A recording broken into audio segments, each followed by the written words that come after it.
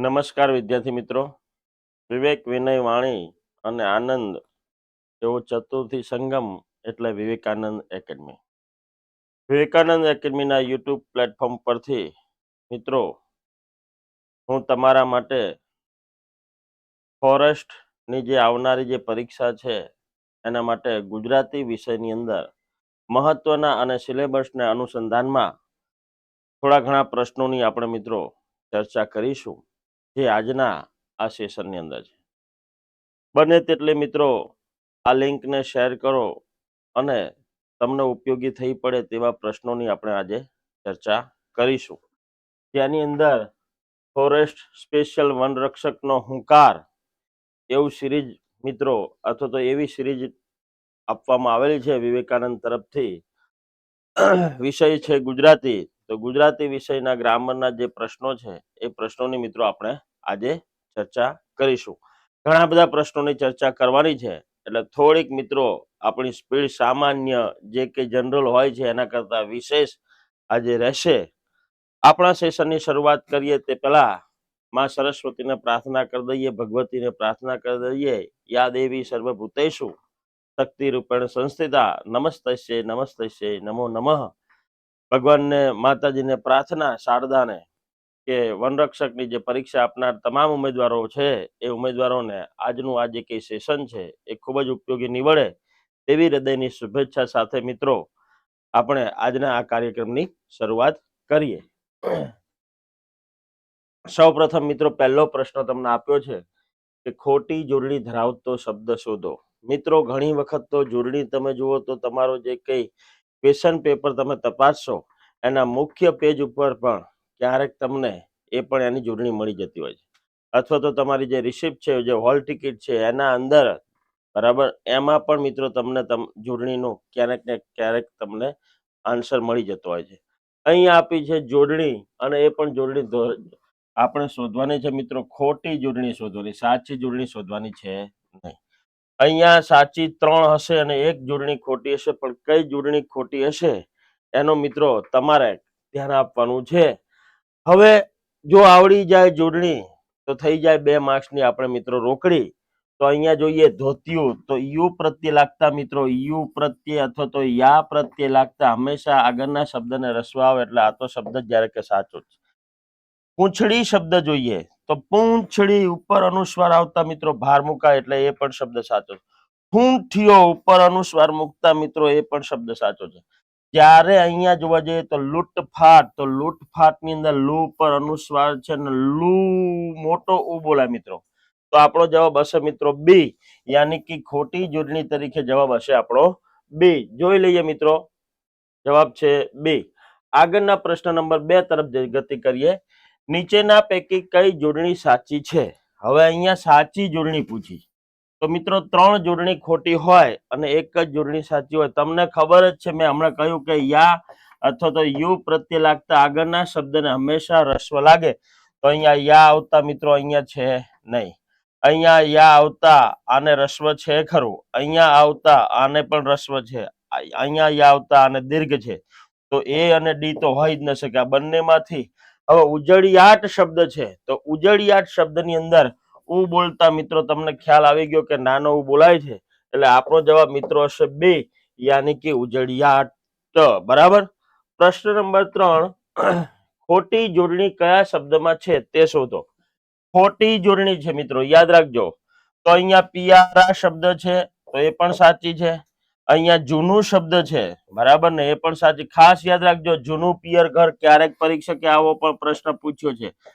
જો કે આપણને સિલેબસની અંદર વિશેષણ આપ્યું નથી, પણ જૂનું પિયર ઘરની અંદર જૂનું શબ્દ શું સૂચવે છે? તો મિત્રો એ જૂનું એ વિશેષણ પણ સૂચવે છે. જૂનું અહીંયા જોડણી આપી એ સાચી છે.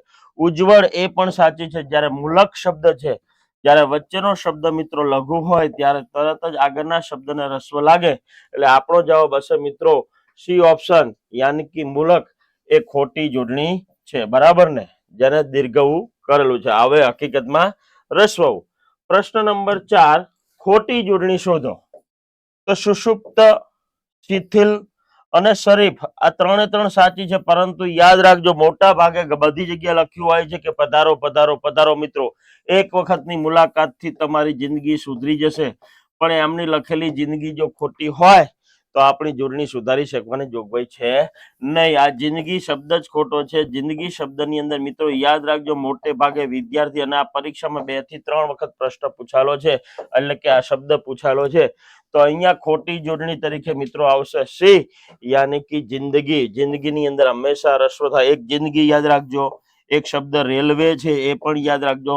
શક શબ્દ છે તો શક શબ્દની અંદર ખ પણ આખો જ આવે મિત્રો, અડધો ખ આવે નહીં. તો અહીંયા જોઈ લઈએ મિત્રો, જવાબ છે આપણો સી. પ્રશ્ન નંબર 5 તરફ સાચી જોડણી શોધો. તો જો હવે અહીંયા પૌર્વાપર્ય શબ્દ બોલીએ તો પૌર્વાપર્ય અહીંયા તરત જ રેપ છે, અહીંયા ઉચ્ચારણમાં જ ખોટું થઈ જાય. અહીંયા પણ જોઈએ તો એ પણ ખોટો છે, આ શબ્દ પણ ખોટો છે. આપણો સાચો શબ્દ આ એક જ છે. 2 વખત પરીક્ષામાં આ શબ્દ પૂછાલો. યાદ રાખજો, ધ્યાનથી મિત્રો એક વખત જોઈ લેજો કે પૌર્વાપર્ય શબ્દ યાની કે સાચી જોડણી તરીકે મિત્રો આવશે એ. બરાબર. ચલો આગળનો 6થો પ્રશ્ન જોઈએ.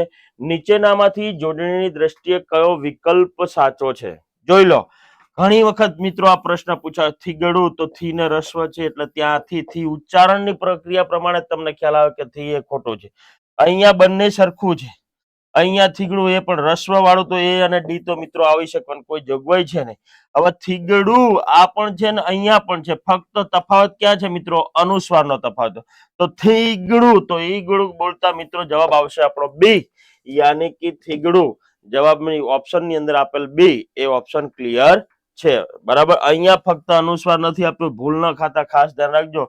જો અહીંયા અનુસ્વાર આવી જાય બંને સહેમત થઈ જાય, પરંતુ અહીંયા સી ઓપ્શનમાં અનુસ્વાર આપેલ નથી. આગળ વાત કરીએ પ્રશ્ન નંબર 7 તરફ. નીચેનામાંથી કયા શબ્દની જોડણી ખોટી છે તે જણાવો. જો સીમ લુગડી આ મિત્રો બિલકુલ સાચી છે. સીમ સી બોલતા તરત જ નાનો ઈ બોલાય, યાની કે રસ્વ લાગે. લુગડી તો લુગડી શબ્દ બિલકુલ સત્ય છે મિત્રો. વિખૂટી તો વિખુ તરત જ મિત્રો દીર્ઘ બોલાય છે ઊં.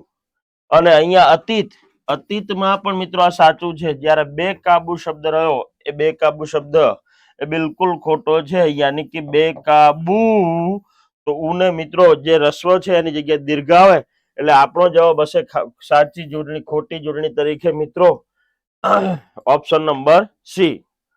પ્રશ્ન નંબર 8 તરફ કે લીલી સૂકી શબ્દની સાચી જોડણી જણાવો. લીલી સૂકી શબ્દની સાચી જોડણી જણાવો. બરાબર. તો અહીંયા મિત્રો લીલી સૂકી જોડણી સાચી જોવા જઈએ તો લીલી સૂકી તો અહીંયા આપણને આપ્યું જ છે, પણ છતાં આપણે એમાં 4 ઓપ્શન માંથી શોધવાની છે. ઉપરની આપેલી મિત્રો સૂકી શબ્દ આ છે. હવે કઈ જગ્યાએ કઈ સાચી જોડણી આવતી તો ઉચ્ચારણ કરીશું અને ઈ અને ઉ ક્યાંથી બોલાય છે, કંઠના અને તાળવાના ભાગથી તરત જ તમને ખબર પડી જાય કે લીલી સૂકી. આ ઉકી શબ્દ બોલતા અહીંયા ઓપ્શન મિત્રો ડી જે કઈ છે તે આપણો સાચો છે. આ લીલી સૂકીમાં રસ્વ જે કઈ છે દીર્ઘ, અહીંયા તો આ શબ્દ છે તો એ તો બિલકુલ ખોટો છે. જોતા જ તમને ઓપ્શનમાં ખબર પડી જાય કે ડી ઓપ્શન એ સાહેબ આવતો હશે, એટલે જવાબ છે આપણો ડી. પ્રશ્ન નંબર 9 તરફ ગતિ કરીએ. નીચેના વિકલ્પમાંથી સાચી જોડણી ધરાવતો વિકલ્પ શોધો. હમણાં પણ મિત્રો ફરીથી આ જ બાબત આવી. યા અને યુ પ્રત્યય છે તો પરોઢિયું છે, પરોઢિયું છે. અહીંયા યુ પર અનુસ્વાર છે અને અહીંયા દીર્ઘ છે. પરોઢિયું અહીંયા સાચું છે પણ અહીંયા દીર્ઘ છે, એટલે એ પણ બની શકવાની જોગવાઈ નથી. અહીંયા દીર્ઘ છે અને અહીંયા રસ્વ છે, ઉપર કોઈ અનુસ્વાર એ પણ છે નહીં. તમારા માટે સાચો મિત્રો ઓપ્શન એક જ બની શકે કે એ ઓપ્શન પરોઢિયું. બરાબર ને. અને પરોઢિયો શબ્દની પણ મિત્રો જોડણી પૂછાયેલી છે. પ્રશ્ન નંબર 10 તરફ ગતિ કરીએ. નીચેનામાંથી કયા શબ્દની જોડણી સાચી નથી? આ મિત્રો વારંવાર પરીક્ષામાં પૂછાયેલા 4 ઓપ્શન છે. હવે કુલીન શબ્દ છે, નવીન શબ્દ છે, મલિન શબ્દ છે અને પુલિન શબ્દ છે. બધાને મિત્રો ઇન પ્રત્યે લાગે છે. શું લાગે છે? ઇન. જેમ કે અર્વાચીન. બરાબર. અર્વાચીન છે, પ્રાચીન છે, આવ ઇન પ્રત્યે લાગે છે. કેવું લાગે છે? ઇન પ્રત્યે. તો ઇન પ્રત્યે લાગતા અહીંયા તમે જુઓ તો મલિન છે અને પુલિન છે. તો આ બંને શબ્દો રહ્યા ને મિત્રો વારંવાર પરીક્ષામાં પૂછાયેલા ઇન પ્રત્યે લાગતો હોવા છતાં એ અપવાદરૂપ શબ્દ છે, એટલા માટે એને મિત્રો રસ્વ લાગે છે. અને કુલીન શબ્દ છે એ પણ બિલકુલ સાચો છે. હવે અહીંયા જે નવીન શબ્દ છે એ નવીનમાં ખરેખર દીર્ઘ થાય મિત્રો, એને અહીંયા આ નિયમ લાગે અર્વાચીન, પ્રાચીન, મલિન ને કુલીન, બરાબર. તો અહીંયા જવાબ આપણો નવીન છે. નવીન એ ખોટો છે, યાની કે ખોટી શબ્દની સાચી જોડણી, બરાબર ને.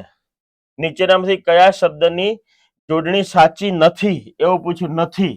તો નવીન શબ્દની જોડણી એ સાચી નથી. આ ત્રણે ત્રણ જોડણી સાચી છે, જ્યારે નવીનની અંદર મિત્રો દીર્ઘ આવે જે પણ અપવાદરૂપ છે, બરાબર. ચાલો, ક્લિયર. પ્રશ્ન નંબર 11 તરફ ગતિ કરીએ. સાચી જોડણી શોધો.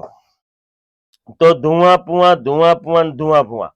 તો મિત્રો અહીંયા તમે જોઈ શકો છો ધુઆ પુઆ, તો ધૂ તરત જ મોટો ઉચ્ચારા છે એટલે તરત જ આપણને ખબર પડી જાય ધુઆ પુઆ. તો આ પુઆ પુમાં પણ મિત્રો દીર્ઘ બોલાય છે. તો બંનેમાં દીર્ઘ બોલાતો એવો શબ્દ ક્યાં છે? તો અહીંયા છે નહીં, અહીંયા છે નહીં, અહીંયા છે નહીં. તો જવાબ મિત્રો હશે આપણો બી, યાની કે ધુઆ પુઆ. તો જવાબ આપણો છે બી, સાચી જોડણી તરીકે મિત્રો ધુઆ પુઆ. અને પરીક્ષામાં આ શબ્દ 3 વખત મિત્રો જોડણીની પૂછાયેલો છે અગાઉની. ચલો વાત કરીએ મિત્રો દુર્મતિ. દુર્મિત્ર શબ્દ માટે કયો વિરુદ્ધાર્થી શબ્દ છે? જોડણી પછીનો બીજો મિત્રો સેશનની અંદર વાત કરીએ છીએ, અથવા તો બીજા વિભાગમાં વાત કરવા જઈએ તો વાત આવી હવે વિરોધી શબ્દ, બરાબર ને. સમાનાર્થી, વિરુદ્ધાર્થી, રૂઢિપ્રયોગ, કહેવતો અને અલંકાર ને સમાસની મિત્રો આપણે જે કઈ ફોરેસ્ટનો સિલેબસ છે એ પ્રમાણે આપણે અહીંયા જીસીઆરટી ના અનુસંધાનમાં આપણે ચર્ચા કરવા અત્યારે હાલ એકત્રિત થયા છીએ, એટલે કે ભેગા થયા છીએ, બરાબર ને. તો અહીંયા દુર્મિત્ર શબ્દનો જવાબ આપો મિત્રો વિરુદ્ધાર્થી શબ્દ. તો દુર્મિત્ર યાની કે સખા પણ ન હોઈ શકે, મિત્ર પણ ન હોઈ શકે, સહેલી પણ ન હોઈ શકે. સન્મિત્ર જે દૂર છે એની જગ્યાએ સામે જે કઈ છે નજીક છે અને સન્મિત્ર તરીકે ઓળખવામાં આવે છે. એટલે જવાબ છે આપણો એ. પ્રશ્ન નંબર 13, નીચેના શબ્દનો વિરોધી શબ્દ જણાવો. સોંગારાત શબ્દ છે. શું છે મિત્રો? સોંગારાત. તો સોંગારાત તો સસ્તું હોઈ શકે નહીં, મોંઘું પણ હોઈ શકે નહીં. વ્યાજબી આવો શબ્દ છે જ નહીં હો ક્યાંય. કોઈ પણ વસ્તુ ખરીદવા જાવ તો વ્યાજબી શબ્દ ભાષામાં છે જ નહીં. હકીકતમાં એને કહેવામાં આવે વાજબી કહેવાય. શું કહેવાય? વાજબી કહેવાય. આવો વ્યાજબી શબ્દ છે નહીં. તો અહીંયા જયારે વિરોધી શબ્દની વાત કરવામાં આવે તો સોંગારાતનો મિત્રો જવાબ આવશે મોંઘારાત, યાની કે બી ઓપ્શન, બરાબર. ચલો આજની મોંઘવારી તો તમે જુઓ જ છો ને કેવી છે, બરાબર ને. પ્રશ્ન નંબર 14, સત્કાર શબ્દનો યોગ્ય વિરુદ્ધાર્થી શબ્દ આપો. તો સત્કાર શબ્દ એટલે કે મિત્રો સત્કાર એટલે કે સ્વાગત કરવાના સંદર્ભે સત્કાર એટલે પણ તો સમાનાર્થી થયો. સન્માન કરવું એ પણ મિત્રો સમાનાર્થી. સુવિચાર એની સાથે કોઈ નિસ્બત નથી શબ્દ સાથે. સત્કાર યાની કે જવાબમાં આવશે તિરસ્કાર. કોઈને તમે સત્કારો છો, કોઈને આવકારો છો, કોઈને તમે તિરસ્કાર આપો છો, બરાબર ને. એટલે જવાબ છે એ. પ્રશ્ન નંબર 15, નીચેના વિરુદ્ધાર્થી શબ્દની જોડ ખોટી હોય તે દર્શાવો. વિરુદ્ધાર્થી શબ્દની જોડ ખોટી હોય તે જણાવો. તો સધુર અને વિધુર, વિધુર કે સધુર એ પણ સાચી છે. સૌભાગ્યવતી અને દુર્ભાગ્યવતી એ પણ મિત્રો જોડ સાચી છે. સધવા અને વિધવા અથવા તો વિધવા અને સ્વધવા એ પણ સાચી છે. અહીંયા એવું પૂછ્યું કે ખોટી જોડ હોય તે જણાવો. તો સૌભાગ્યશાળી અને અસૌભાગ્યશાળી એવો કોઈ શબ્દ હોઈ શકે નહીં મિત્રો. એટલે કે એ વિરુદ્ધાર્થી શબ્દની અંદર સમાન છે કહેવાય નહીં. જવાબ છે ડી. ક્લિયર. ચલો આગળના પ્રશ્ન તરફ ગતિ કરીએ. સૂર્યનો વિરુદ્ધાર્થી શબ્દ શોધો. બહુ સહેલો શબ્દ છે મિત્રો. તો રવિ એટલે પણ સૂર્ય થાય, ભાસ્કર એટલે પણ સૂર્ય થાય, દિનેશ એટલે પણ સૂર્ય થાય, મયંક એટલે ચંદ્ર થાય. એટલે સૂર્યનો સમાનાર્થી શબ્દ છે નહીં, એટલે બની શકે વિરુદ્ધાર્થી શબ્દ સૂર્ય અને ચંદ્ર, બરાબર. એટલે જવાબ છે એ. 17મા પ્રશ્ન તરફ ગતિ કરીએ. હાકલપટ્ટી શબ્દનો વિરુદ્ધાર્થી શબ્દ આપો. હાકલપટ્ટી યાની કે કોઈને હાકલપટ્ટી કહી દો તો નિમણૂક કરવું, નિમંત્રણ આપવું. હાકલપટ્ટી કરવી એટલે કે કોઈને મોકલી દેવું આખોટો કરીને કે ભાઈ તું જતો રહે. તો નિમંત્રણ એ પણ ન થઈ શકે, નોકરી એ પણ ન થઈ શકે, નિમણૂક એ પણ ન થઈ શકે. નિકાલ પટ્ટી તમારે મનથી કયો કહેવામાં આવે છે તો હાકલ પટ્ટી, તો યાની કે નિમણૂક સંદર્ભની અંદર જવાબ આવી શકે ના. નોકરી સંદર્ભે જવાબ આવી શકે ના. નિમંત્રણ તરીકે આવી શકે ના. નિકાલ પટ્ટી તરીકે તો હાકલ પટ્ટી યાની કે કોઈને મોકલી દેવ, તું અહીંયાથી જતો અને કોઈને એવું કહેવાય કે તું અહીંયા બેસી રહે, તો એની આપણે નિમણૂક કરી કહેવાય. એટલે હાકલ પટ્ટીની અંદર જવાબ આવશે મિત્રો નિમણૂક. અને નિમણૂકની પણ મિત્રો જોડણી પૂછાય તો યાદ રાખજો, નિમણૂક ઉપર ક્યાંય અનુસ્વાર આવતો નથી. હાકલ પટ્ટીનો વિરુદ્ધાર્થી શબ્દ નિમણૂક. અને જો નિમણૂક તમે આવું લખી નાખ્યું મિત્રો, ઉપર અનુસ્વાર કરી નાખ્યું, નિમણૂક છે અથવા તો વર્તણૂક છે, વર્તણૂક શબ્દ છે, આવું મિત્રો જો ત્યારે જ અમે ઉપર અનુસ્વાર કરો છો તો વર્તણૂક શબ્દ આ પણ ખોટો છે, નિમણૂક શબ્દ એ પણ ખોટો છે. વર્તણૂક કે નિમણૂક ની અંદર મિત્રો અહીંયા અનુસ્વાર આવતો નથી. અને બીજી વાત કરું મિત્રો, બીજી વાત કરું તો અહીંયા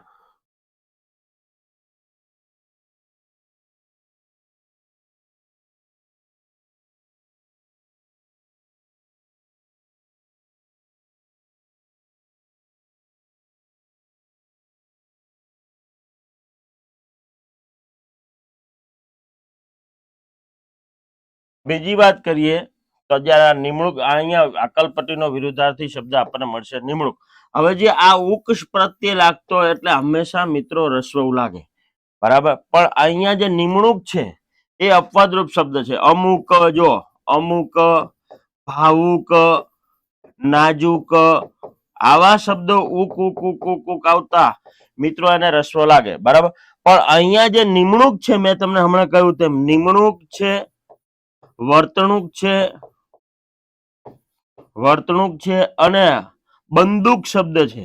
તો બંદૂક, તો આવા શબ્દો મિત્રો એ અપવાદરૂપ છે, ઉક પ્રત્યે લાગતા એને મિત્રો દીર્ઘ લાગે છે. એ ખાસ યાદ રાખજો ને આ જોડણી પણ પરીક્ષામાં પૂછાયેલી છે. આગળના પ્રશ્ન નંબર 18 તરફ ગતિ કરીએ.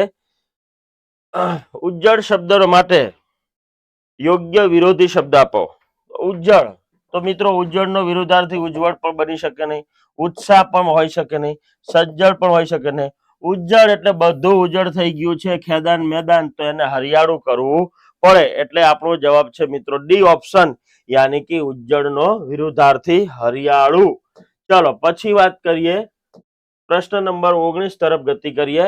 વિરોધી અર્થ વાળો શબ્દ લખો. કૃતજ્ઞ, કૃતજ્ઞ, બરાબર ને. તો કૃતજ્ઞ સર્વજ્ઞ એટલે બધું જ જાણનાર, શત્રુઘ્ન તો શત્રુ છે તે, કૃતજ્ઞ એટલે કરેલા ઉપકાર ને ભૂલી જનાર, વિઘ્ન યાની કે જીવનમાં આવતું વિઘ્ન, કૃતજ્ઞ તો કરેલા ઉપકાર ઉપર પણ ઉપકાર કરનાર એને કૃતજ્ઞ કહેવાય. હવે જયારે કરેલા ઉપકાર ને ભૂલી જનાર એટલે મિત્રો જવાબ આપણો બનશે સી ઓપ્શન, યાની કે કૃતજ્ઞ. યાદ રાખજો, કૃતજ્ઞ એટલે કરેલા ઉપકાર ઉપર પણ ઉપકાર કરનાર અને કરેલા ઉપકાર ને ભૂલી જનાર એટલે કૃતજ્ઞ. જ્ઞ અને ઘ્ન આ બંને શબ્દને ખાસ યાદ રાખજો. પરીક્ષકે વારંવાર શબ્દ સમૂહ માટેના શબ્દ પણ પૂછાયેલો છે. ક્લિયર? આગળ વાત કરીએ, જવાબમાં આવશે મિત્રો સી. પ્રશ્ન નંબર 20, કપાત શબ્દનો યોગ્ય વિરોધી શબ્દ આપો. તો કપાત શબ્દનો વિરુદ્ધાર્થી શબ્દ યાની કપાતનો અર્થ એવો થાય કે કાપી નાખવું, બરોબર ને, કે ઉડાડી દેવું કે દૂર કરી દેવું. તો અહીંયા આવશે અલગ, એવું પણ ન થાય, જુદું એ પણ ન થાય, બરાબર, કપાયેલું એ પણ ન થાય. કપાત યાની કે ઉમેરો, જે કે તમે કાપી નાખ્યું છે એના અંદર તમે ઉમેરો એટલે જવાબ આપણો છે મિત્રો સી ઓપ્શન, યાની કે કપાત, બરાબર. આગળની વાત કરીએ, પ્રશ્ન નંબર 21 તરફ ગતિ કરીએ. તો શરીફ શબ્દ માટે સાચો વિરુદ્ધાર્થી શબ્દ આપો. તો શરીફ માટે યાની કે ગરીબ એવું પણ ન હોઈ શકે, પ્રમાણિક પણ ન હોઈ શકે, તવંગર એ પણ ન હોઈ શકે. જ્યારે શરીફ છે તો શરીફ નું મિત્રો વિરુદ્ધાર્થી શબ્દ તરીકે પ્રમાણિક નહીં પરંતુ અપ્રમાણિક આવે. શું આવે? અપ્રામાણિક, બરાબર.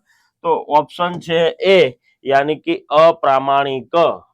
પ્રશ્ન નંબર 22 તરફ ગતિ કરીએ. સાચા શબ્દ સમૂહ પસંદ કરો, બરાબર ને. તો દાતરડા જેવું ફળ, બેસાડેલો લાંબો વાસ. દાતરડા જેવું ફળું, બેસાડેલો લાંબો વાસ. હવે અહીંયા આપ્યું છે મિત્રો, જો એક તો વાંસી આપ્યું છે, બીજું આપ્યું છે ધાર્યું, ત્રીજું આપ્યું છે ફરસી અને ચોથું આપ્યું છે દાતરડું. દાંતરડા જેવું છે એટલે દાંતરડું તો મિત્રો અહીંયા આવવાનું છે જ નહીં, એના જેવું વાત છે. તમને ખબર છે કે દાંતરડું કેવું હોય? આ રીતનું મિત્રો દાંતરડું બનાવેલું હોય, બરાબર ને? તો દાંતરડું કાપવા માટેનું અહીંયા કાકર જે હોય છે, ફરસી જે કઈ છે મિત્રો, એ ફરસી તો મિત્રો આ રીતની હોય છે. તો એ ફરસીને આ રીતનું કાપવા માટેનું હથિયાર હોય છે, બરાબર ને? એ આ રીતની ફરસી હોય છે. હવે માન લો કે વાંસી, તો વાંસી કેવી હોય? હવે દાંતરડા જેવી, પણ એ આ રીતનું હોય, પણ એને લાંબો આખો વાંસ આપેલો હોય, આમ લાંબો દોરેલો હોય. ઉપર દૂર દૂરથી ઝાડને કાપવું હોય ને ત્યારે એ વાંસી તરીકે. અહીંયા તો દાંતરડા જેવો બેસાડેલો લાંબો વાંસ, યાની કે ધાર્યું શબ્દ આવશે મિત્રો. શું આવશે? ધાર્યું. કે દાંતરડા જેવા આકારનું આમ કરી આમ આપ્યું હોય આ રીતે, અને અહીંયાથી આ રીતે એનું જોડેલું હોય લાંબા વાંસને, તો એને ધાર્યું તરીકે ઓળખવામાં આવે, બરાબર? તો જવાબ છે બી. ચલો પ્રશ્ન નંબર 23 તરફ. શબ્દ સમૂહ માટે સાચો વિકલ્પ પસંદ કરો. સૂર્ય ચંદ્ર હોય ત્યાં સુધી. સૂર્ય ચંદ્ર હોય ત્યાં સુધી, તો સૂર્યાસ્ત હોય એવું ન હોઈ શકે, ચંદ્રાસ્ત હોય સુધી એ પણ ન હોઈ શકે, અમર હોય એવું પણ ન હોઈ શકે. સૂર્ય અને ચંદ્ર હોય ત્યાં સુધી, તો પૃથ્વી જ્યારથી મિત્રો સ્થાપિત થઈ છે ત્યારથી સૂર્ય અને ચંદ્ર તો છે જ તે. આકાશ અને ધરતી જ્યારથી છે, તો એને મિત્રો કહેવામાં આવે યાવ ચંદ્ર દિવાકરો. શું કહેવામાં આવે? યાવ ચંદ્ર દિવાકરો, યાની કે ઓપ્શન નંબર ડી જવાબ છે આપણો ડી. 24મા પ્રશ્ન. દેખીતા અર્થથી અવળો જ અર્થ સૂચવતી વાણી. દેખીતા અર્થથી અવળો અર્થ સૂચવતી વાણી માટે શબ્દ સમૂહ માટેનો એક શબ્દ પસંદ કરો. અવળ વાણી, ખોટી વાણી, વાણી ધારા, વ્યંગ્યાર્થ વાણી. તો મિત્રો માનવ જન્મે છે ને તો સત્વ, રજસ અને તમસ આ 3 ગુણોની સાથે જોડાયેલા હોય છે, બરાબર ને? પ્રાણ અને પ્રકૃતિ જન્મતાની સાથે મળે, મૃત્યુની સાથે મિત્રો જાય છે. તો અહીંયા જે કઈ ગુણની વાત છે, અથવા તો જયારે વાણીની વાત છે, તો એવું કહેવાય છે કે આતમ મેં પરાતમ દર્શન, પરાતમ મેં જાય મેં જબ પરસાય દર્શન, તબ લખે કબીરા સાંઈ. વાણી એમને લખી ન શકાય. આત્મામાં જયારે પરમાત્માનો દીદાર થાય, પરમાત્મ મેં જાય તબ લખે કબીરા સાંઈ. જે કવિ કલાકારો લખે એ મિત્રો માત્ર કલ્પના જ હોય છે, પણ જીવ અને શિવ એક થઈ જાય. જેમ નરસિંહ મહેતાના માથે હાથ મૂક્યો અને નરસિંહ મહેતા કહી શક્યા કે મસ્તકે કર્યો મુગ્ધ, જાણી સુતી ઉઠી મારી આદ્ય વાણી. એમને વાણી સુતી હોય એ ઉઠતી નથી. પરમ કૃપાળુ પરમાત્માનો કોઈ તમારા ઉપર જો કૃપા થાય, અંશ જો લાગે તો મિત્રો, બાકી માનવ જે વાણીના જે 4 પ્રકાર છે, પરા, પશ્ચંતી, મધ્યમન, વૈખરી, આ 4 વાણીમાંથી મિત્રો હું અને તમે નહીં, પરંતુ સમગ્ર જગતના માનવો જે કઈ છે, કાળા માથાનો માનવી, એ વૈખરી વાણી સિવાય કઈ બોલતો નથી. પરા અને પશ્ચંતી વાણી ત્યારે જ મિત્રો આવી શકે કે જ્યારે પરમ કૃપાળુ પરમાત્માનો હરિનો હાથ જ્યારે મસ્તક ઉપર હોય, છત્ર છાયા એની હોય, કોઈ ગુરુની છત્ર છાયા હોય, તો મિત્રો એ પરા નામની વાણી નીકળી શકે. બાકી નીકળી શકવાની કોઈ જોગવાઈ છે નહીં. હું અને તમે તો નરસિંહ ને મીરાને કવિ કવિયત્રી કહીએ છીએ, બાકી હકીકતમાં એમના સમયમાં એમના જગતમાં એ સંત ને ભક્ત જ હતા, બરાબર? આ તો આપણે એમને, એટલે જવાબમાં અહીંયા છે દેખીતા અર્થથી અવળો અર્થ સૂચવાય, એટલે આવશે અવળ વાણી તરીકે જવાબ આપણે મૂકી શકીશું, બરાબર? ચલો. દરિયો કે સરોવરમાં ચારે બાજુથી પાણીથી વીંટળાયેલો જમીનનો ઊંચો ભાગ. બહુ મિત્રો આ તો સહેલું છે. દરિયો કે સરોવર ચારે બાજુથી પાણીથી વીંટળાયેલો જમીનનો ઊંચો ભાગ, તો ટંડેલ પર ન કહેવાય, કોતર પર ન કહેવાય, ખડક પર ન કહેવાય, એને શું કહેવામાં આવે? દ્વીપ કહેવામાં આવે. માન લો કે કોઈ પણ પ્રકારનો છે પાણીનો ભાગ જયારે પોતે આમ ઊંચો થઈ જાય છે બંને બાજુથી, તો જે દ્વીપ મિત્રો જે સર્જી જાય છે, એને આપણે અહીંયા દરિયો કે સરોવરમાં બાજુથી વીંટળાયેલું પાણીનો ઊંચો ભાગ. ઊંચો શબ્દ આપી દીધો, એના ઉપરથી જ આપણને મિત્રો ખબર પડી જાય કે દ્વીપ જ હોય, બીજો કોઈ હોઈ શકે નહીં. એટલે ઓપ્શન છે એ, યાની કે દ્વીપ. પ્રશ્ન નંબર 26. નીચે આપેલા શબ્દ સમૂહ માટે એક શબ્દ આપો. તર્ક દ્વારા કોઈ વાતનો નિર્ણય કરવો તે. તર્ક દ્વારા કોઈ વાતનો નિર્ણય કરવો. તો જિજ્ઞાસા તો કોઈ વિષયની જાણવાની અભિલાષા હોય, જિજ્ઞાસા કહેવાય. પંડિતાઈ તો જ્ઞાન હોય તે, અને સંકલ્પ પણ ન હોઈ શકે. અનુમાન કરવું, કોઈ પણ વિશે અનુમાન કરવું, બરાબર ને? આજે તે આવ્યો નથી, તે લગભગ જાણે કે પોતે લગ્નમાં ગયો હશે, કે અથવા તો એને મમ્મીએ માર્યો હશે. આવું કોઈ વિશે તર્ક કરીએ, અનુમાન કરીએ, એને મિત્રો તર્ક દ્વારા કોઈ વાતનો નિર્ણય લેવાય તે, બરાબર ને? એને કહેવામાં આવે અનુમાન. જવાબ છે સી. પ્રશ્ન નંબર 27, ચિત્ત વેલું આપે તેવો અલૌકિક મણી. ચિત્ત વેલું આપે તેવો અલૌકિક મણી, તો રત્ન ચિંતામણી એવું પણ ન હોઈ શકે, ચિંતામણી બને એવું પણ ન હોઈ શકે. કેમ કે ચિત્ત વેલું, બરાબર ને? તો અહીંયા પારસમણી એ પણ ન આવે. ગુરુને શું કરીએ રે? ગુરુ મણી, પણ એની જગ્યાએ તો ગુરુ પારસમણી છે. પારખને શું કરીએ? ગુરુ મારા પૂરા પારસમણી, બરાબર ને? તો પારસમણી પણ ન હોઈ શકે. કલ્પમણી, કેમ કે ચિત્ત વેલું, ચિત્ત થી જે કઈ મિત્રો કલ્પના થયેલી છે અને અલૌકિક જે કઈ છે એને કલ્પમણી તરીકે ઓળખવામાં આવે છે. કલ્પના મેરુ રે ડગે પણ જેના મન ન ડગે, ભલે ને ભાંગી પડે બ્રહ્માંડ. એ કલ્પના દ્વારા યાની કે ચિત્ત વેલુ દ્વારા જે મિત્રો ઉત્પન્ન થયું છે એને કલ્પમણી તરીકે ઓળખવામાં આવે. જવાબ છે ડી. પ્રશ્ન નંબર 28, શબ્દ સમૂહ માટે એક શબ્દ આપો. ચાસમાં બી નાખી તે ઢાંકવા ઉપર ફેરવવામાં આવતું લાંબુ પાટિયું, બરાબર ને? ચાસ યાની કે હકીકતમાં આપણી ગામઠી ભાષામાં અથવા તો ગામડામાં શાહ કહીએ, ખેતરની અંદર જે શાહ બોલીએ તળપદી ભાષામાં, શિષ્ટ ભાષામાં એને ચાસ કહેવામાં આવે છે. ખેતરમાં જે કે મિત્રો પાળિયા બાંધીને જે બનાવ્યો હોય ને એ ચાસમાં બી નાખી તે ઢાંકવા ઉપર ફેરવવામાં આવતું લાંબુ પાટિયું. તો એ લાંબુ પાટિયું ફેરવે ને તો જ મિત્રો હકીકતમાં બી ઉત્પાદન થઈ શકે અથવા તો બી ફૂટે, એમનામ થઈ શકતો નથી હકીકતમાં. તો વાવણીઓ તો ન હોય, કેમ કે ખેતરની અંદર વાવતો હોય ત્યારે જ એના અંદર બી નાખવામાં આવે. જે કઈ જમીનમાં દટાય એને વાવણીઓ કહેવામાં આવે. એટલે કે જે નાખવામાં આવે એ વાવણીઓ કેવો હોય મિત્રો? આ રીતનો વાવણીઓ હોય, બરોબર? અને અહીંયાથી મિત્રો એ દાણા બીજ પડતા હોય ઉપર, જે કઈ ચારે ચાર છે અહીંયાથી નાખવામાં આવે તો અહીંયાથી નાખીને આમ પડે અને અહીંયાથી બધી જગ્યાએ જુદા જુદા પડે. આ વાવણીઓ થયો. ક્યાં જયારે હળ એ તો પણ જે ચલાવવામાં આવે હળ, જયારે દંતારી જે કઈ છે એ તો તમે જોયેલી જ હોય મિત્રો. હકીકતમાં સમાર કહેવામાં આવે. સમાર શબ્દ માટે પણ એને શું કહેવામાં ગામડાની ભાષામાં?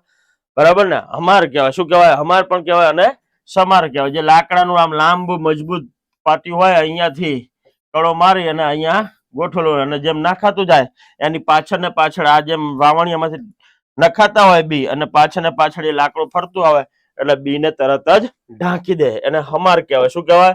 હમાર પણ કહેવાય અને સમાર પણ કહેવાય, બરાબર ને? હ લખાતો નથી એટલે બોલાય ખરો પરંતુ લખાતો નથી, એટલે ભાષામાં શિષ્ટમાં આપણે શું કહીશું? સમાર. જવાબ છે આપણો બી, યાની કે સમાર. યાદ રાખજો, પરીક્ષામાં પૂછાય તો. ધોરણ 11 નો જ પ્રશ્ન છે. શબ્દ સમૂહ માટે એક શબ્દ આપો. જેને 1000 હાથ છે તે તો મિત્રો સહેલું જ છે, બરાબર ને? જેને 1000 હાથ હોય એને શું કહેવામાં આવે? સહસ્ત્ર બાહુ. શું કહેવાય? સહસ્ત્ર બાહુ. Option A. પ્રશ્ન નંબર 30, ભવિષ્યનો વિચાર કરી શકનારી પચ્છમ બુદ્ધિ, બરાબર ને? સોરી, જવાબ તો બોલી ગયો મિત્રો. ભવિષ્યનો વિચાર કરનારી બુદ્ધિ યાની કે પચ્છમ બુદ્ધિ. ભવિષ્ય બુદ્ધિ, અગમ બુદ્ધિ કે જ્યોતિષ વાણી પણ કહી શકાય નહીં. પચ્છમ બુદ્ધિ. શું કહીશું આપણે? પચ્છમ બુદ્ધિ. પ્રશ્ન નંબર 31, ઢળતા કાંઠાનો છીછરો થાળ, બરાબર ને? ઢળતા કાંઠાનો છીછરો થાળ માટે શબ્દ સમૂહનો એક શબ્દ પસંદ કરો. તો જવાબ આવશે મિત્રો ખુમચો. શું આવશે? ખુમચો. એને ગુમછો પણ ન કહેવાય, વેડચી પણ ન કહેવાય, તાવેથો પણ ન કહેવાય. જવાબ છે એ, યાની કે ઢળતા કાંઠાનો છીછરો થાળ યાની કે ખુમચો. ક્લિયર? ચલો આગળ 32મો પ્રશ્ન, ધર્મ વિધિમાં વપરાતી તાંબાની ત્રાસક, બરાબર ને?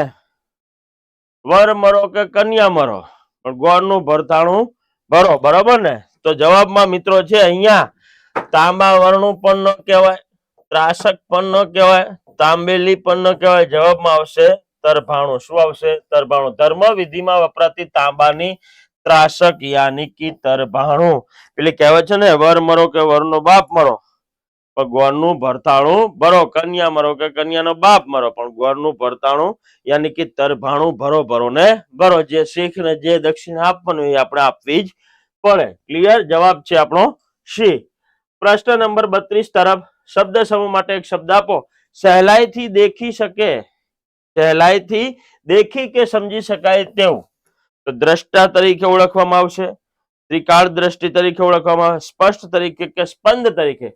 તો મિત્રો સહેલાઈથી દેખી કે સમજી શકે એને સ્પષ્ટ જ કહેવાય, ત્રિકાળદર્શી ન કહેવાય, દ્રષ્ટા પણ ન કહેવાય, સ્પંદ ન કહેવાય, બરાબર ને, સ્પષ્ટ જ તરીકે ઓળખવામાં આવે, બીજું કશું આપણે કહી શકાતું નથી. જવાબ છે સી. પ્રશ્ન નંબર 34 તરફ રૂઢિપ્રયોગનો અર્થ આપો. બે પાંદડે થવું, એ તો તમને ખબર જ છે કે બે પાંદડે થવું તો પાંદડા બે થવા એવું પણ ના હોય, એકના બે થઈ જવું એવું પણ ન થાય, બે નો મત થવું, આર્થિક પરિસ્થિતિમાં સુધારો થવો. એટલે જવાબ નંબર એ મિત્રો, યાની કે બે પાંદડે થવું, આપણી પરિસ્થિતિમાં સુધારો થવો, નોકરી મળી જાય, બે પાંદડે થઈ જઈએ, લગ્ન થઈ જાય, ઘર જીવન ચાલુ થઈ જાય, પ્રભુતામાં પગલા મંડાઈ જાય, આ બધું શું થયું કહેવાય? બે પાંદડે થયા. ચલો, 16 વાલ ને એક રતી, 16 વાલ ને એક રતી રૂઢિપ્રયોગનો અર્થ આપો. તો તદ્દન ખોટા હોવ, 100% સાચા, સોનાના વાલ હોવા 100% ખોટું. તો અહીંયા છે 16 વાલ ને એક રતી, તો 100% મિત્રો સાચો. એનો અર્થ એવો થાય કે 16 વાલ ને એક રતી, તમે 100% સાચું જ છો અને સાચા છો. જવાબ છે બી. બરાબર. પ્રશ્ન નંબર 36 તરફ રૂઢિપ્રયોગનો અર્થ આપો. થોરિયા રોપવા. શું કરવું મિત્રો? થોરિયા રોપવા, બરાબર ને.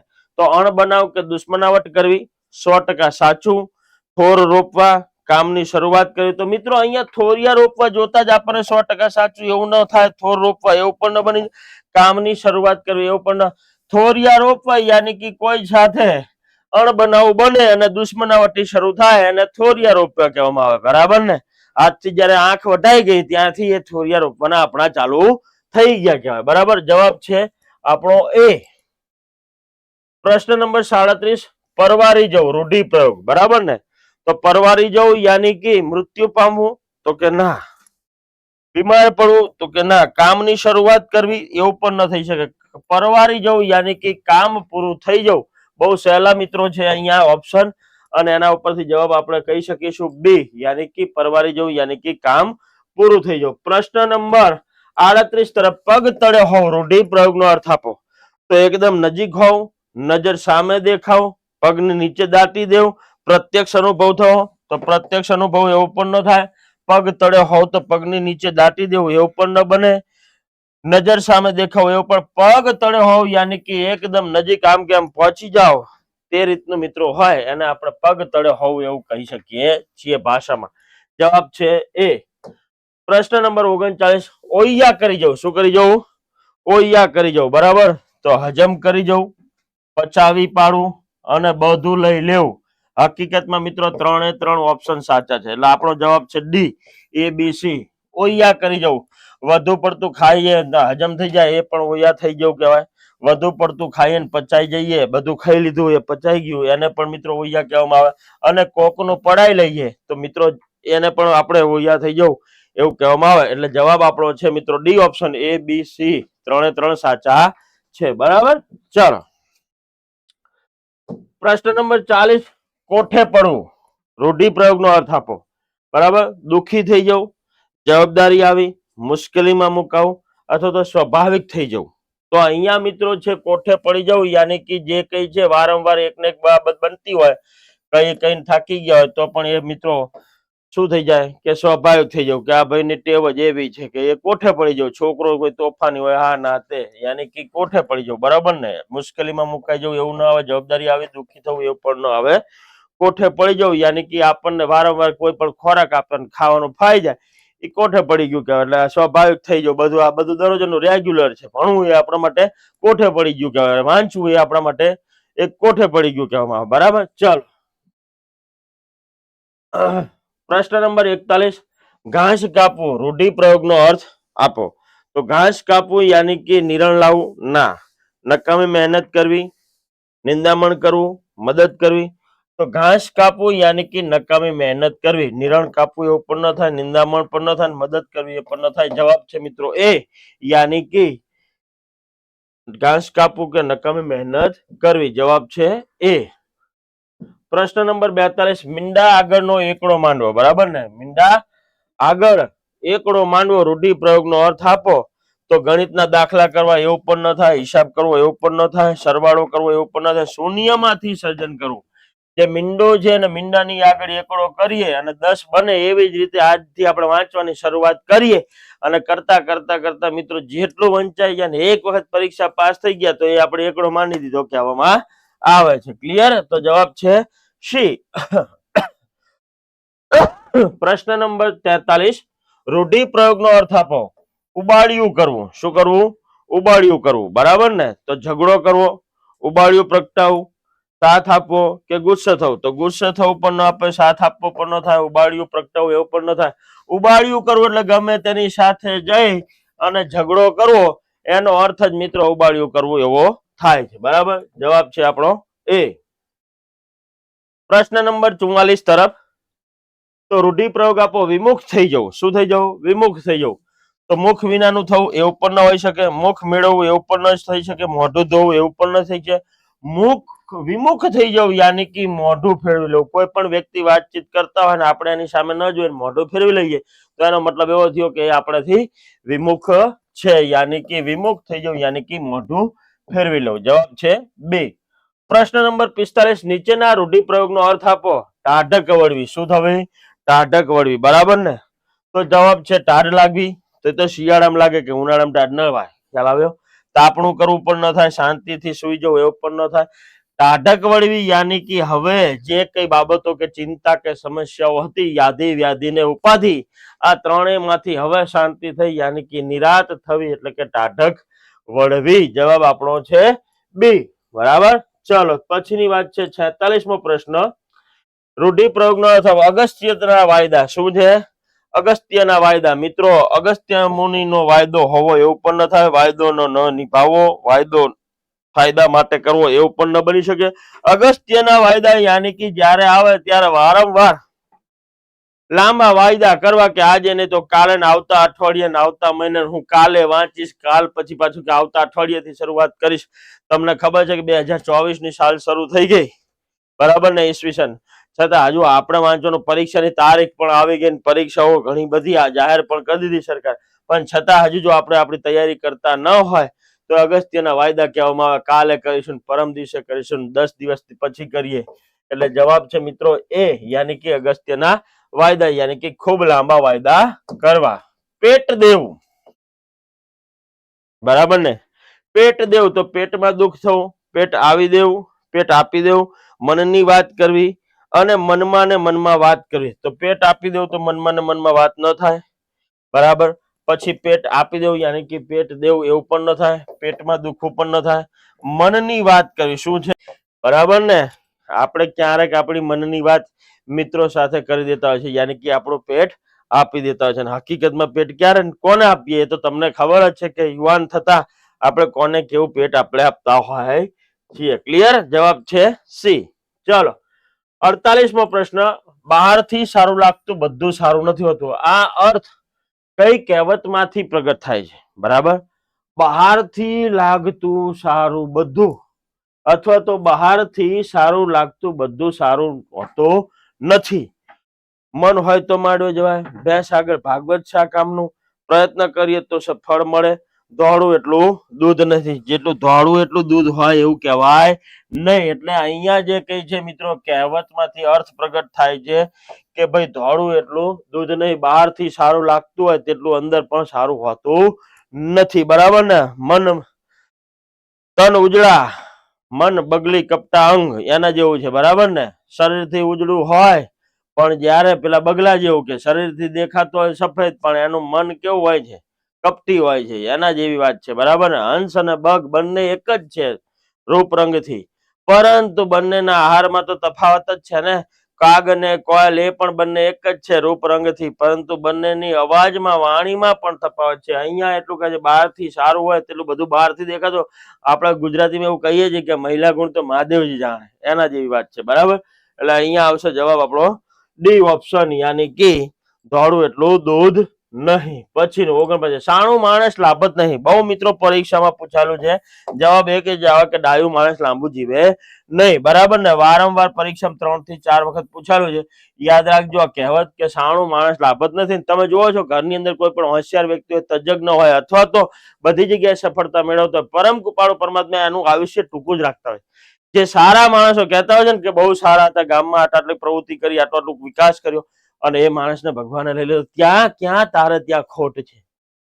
ખોટ છે કે નથી, પણ દરેક માણસનું મૃત્યુ અને આયુષ્ય પરમ કૃપાળુ પરમાત્મા જેટલા શ્વાસા મને તમને આપ્યા છે તેટલા જ જીવન એનાથી એક વધારે પણ કે ઓછો પણ જીવવાનો નથી. બરાબર, એટલે જવાબ છે એ. ઘરનો છોકરો ઘંટી ચાટે ને ઉપાધ્ય ને આટો. કહેવતની સમાનાર્થી કહેવત કઈ છે? કહેવતની સમાનાર્થી કહેવત કઈ છે કે ઘરનો છોકરો ઘંટી ચાટે ને ઉપાધ્ય ને આટો? તો અહીંયા જો રૂપે રૂડી કર્મે ભૂંડી, એ પણ ન બને. નામ મોટા ને દર્શન ખોટા, એવું પણ ન બને. ન બોલવામાં 9 ગુણ, ઘર બાળીને તીરથ કરવું. બરાબર ને, એનો સમાનાર્થી કહેવત છે કે ઘર બાળીને તીરથ કરાય નહીં, ઘરના છોકરાને ભૂખ્યા રાખીને બહારનાને આટો અપાય નહીં. એટલે બંને એની સમાનાર્થી કહેવત થઈ. જવાબ છે આપણો સી. બરાબર. 51 નો પ્રશ્ન, નીચેનામાંથી કઈ કહેવત જુદી પડે છે? પારકી આશા સદા નિરાશા, જાત મહેનત જિંદાબાદ, ભાગ્યશાળી ને ભૂત વડે, આપ સમાન બળ નહીં ને મેઘ સમાન જળ નહીં. બરાબર, આ 4 ઓપ્શન માંથી કઈ નીચેનામાંથી કઈ કહેવત જુદી પડે છે એવું કહે છે. બરાબર, તો અહીંયા જો પારકી આશા સદા નિરાશા, કોઈ ઉપર આશા રખાય નહીં, જાત મહેનત જિંદાબાદ, એ પણ એક જ થઈ, આપ સમાન બળ નહીં ને મેઘ સમાન જળ નહીં, આ 3 એક જ થઈ. કહેવાય અલગ કઈ પડે છે? તો ભાગ્યશાળી જે હોય એને ભૂત રડતા હોય છે. બરાબર, યાની કે કોઈ માણસ એવો હોય એને કઈ કરવું પડતું હોતું નથી, ફક્ત ખુરશી બેસી છે, લાખો કે હજારો માણસો કે 100 માણસો નોકરી કરતા હોય, એને મેળાએ પગાર લઈને આવતા હોય, એને કમાઈને આપતા હોય. બરાબર ને, એટલે એનું કહેવામાં ભાગ્યશાળી ને ભૂત રડે. હોશિયાર પણ ન, ભણ્યો પણ ન હોય એ ભાગ્યશાળી. બરાબર ને, ભાગ્ય બડા મહાન હે. બરાબર, જવાબ છે સી. ઝાઝા હાથ રળિયામણા, કહેવત નો સમાનાર્થી કહેવત આપો. બસ, ઝાઝા હાથ રળિયામણા હોય તો ઝાઝી કીડીઓ સાપને તાણ, બીજું કઈ ન. બે હાથ વગર તાળી ન પડે, બે હાથ વગર તાળી ન હોય. તો અહીંયા જોવા જાવ તો મિત્રો, હા, ઝાઝા હાથ રળિયામણા તો ઝાઝી કીડીને સાપ તાણ, એ પણ સમાન થઈ. બે હાથ વગર તાળી ન પડે, એ પણ સમાન થઈ. કહેવાય બે હાથે જ તાળી પાડવી, એ પણ સમાન થઈ. તો જવાબ આવશે મિત્રો અહીંયા એ અને બી. આ બે હાથ હોય તાળી પાડવી એવું બની શકે નહીં. બરાબર, આ બંને એની સમાનાર્થી, એટલે જવાબ છે મિત્રો એ અને બી. બરાબર, ફરીથી, ઝાઝા હાથ રળિયામણા એટલે કે ઝાઝી કીડીઓ હોય તો સાપને તાણી જાય. બે હાથ વગર તાળી ન પડે, બે હાથ હોય, બે ની સમજૂતી હોય, બે ના મન એક હોય તો મિત્રો દરેક કાર્ય થઈ શકે. તો ઝાઝા હાથ હોય તો ઝાઝું બધું કામ થઈ શકે. એટલે આ સમાનાર્થી કહેવતમાં એ અને બી બંને આવશે. એટલે જવાબ આપણો આવશે ડી, એ અને બી. સી આવશે નહીં. ચલો, ઝાઝે ગુમડે ઝાઝી વેદના, કહેવતનો વિરોધી અર્થ વ્યક્ત કરતી જણાવો. સમાનાર્થી નથી, વિરોધી અર્થ છે. બરાબર ને, ઝાઝી ગુમડે ઝાઝી વેદના, તો એક કાંકરે બે પક્ષી મારવા, એવું પણ ન બને. ઝાઝા હાથ રળિયામણા, એ પણ ન બને. ભલાઈ કરતા ભૂત વળગે, એ પણ ન. ઝાઝી સુવર્ણ વેતર વંઠે, એની વાત છે કે ઝાઝા ભેગા થાય ત્યાં શું કરે કઈ નક્કી હોય નહીં. જવાબમાં એ, યાની કે ઝાઝી સુવર્ણ વેતર વંઠે.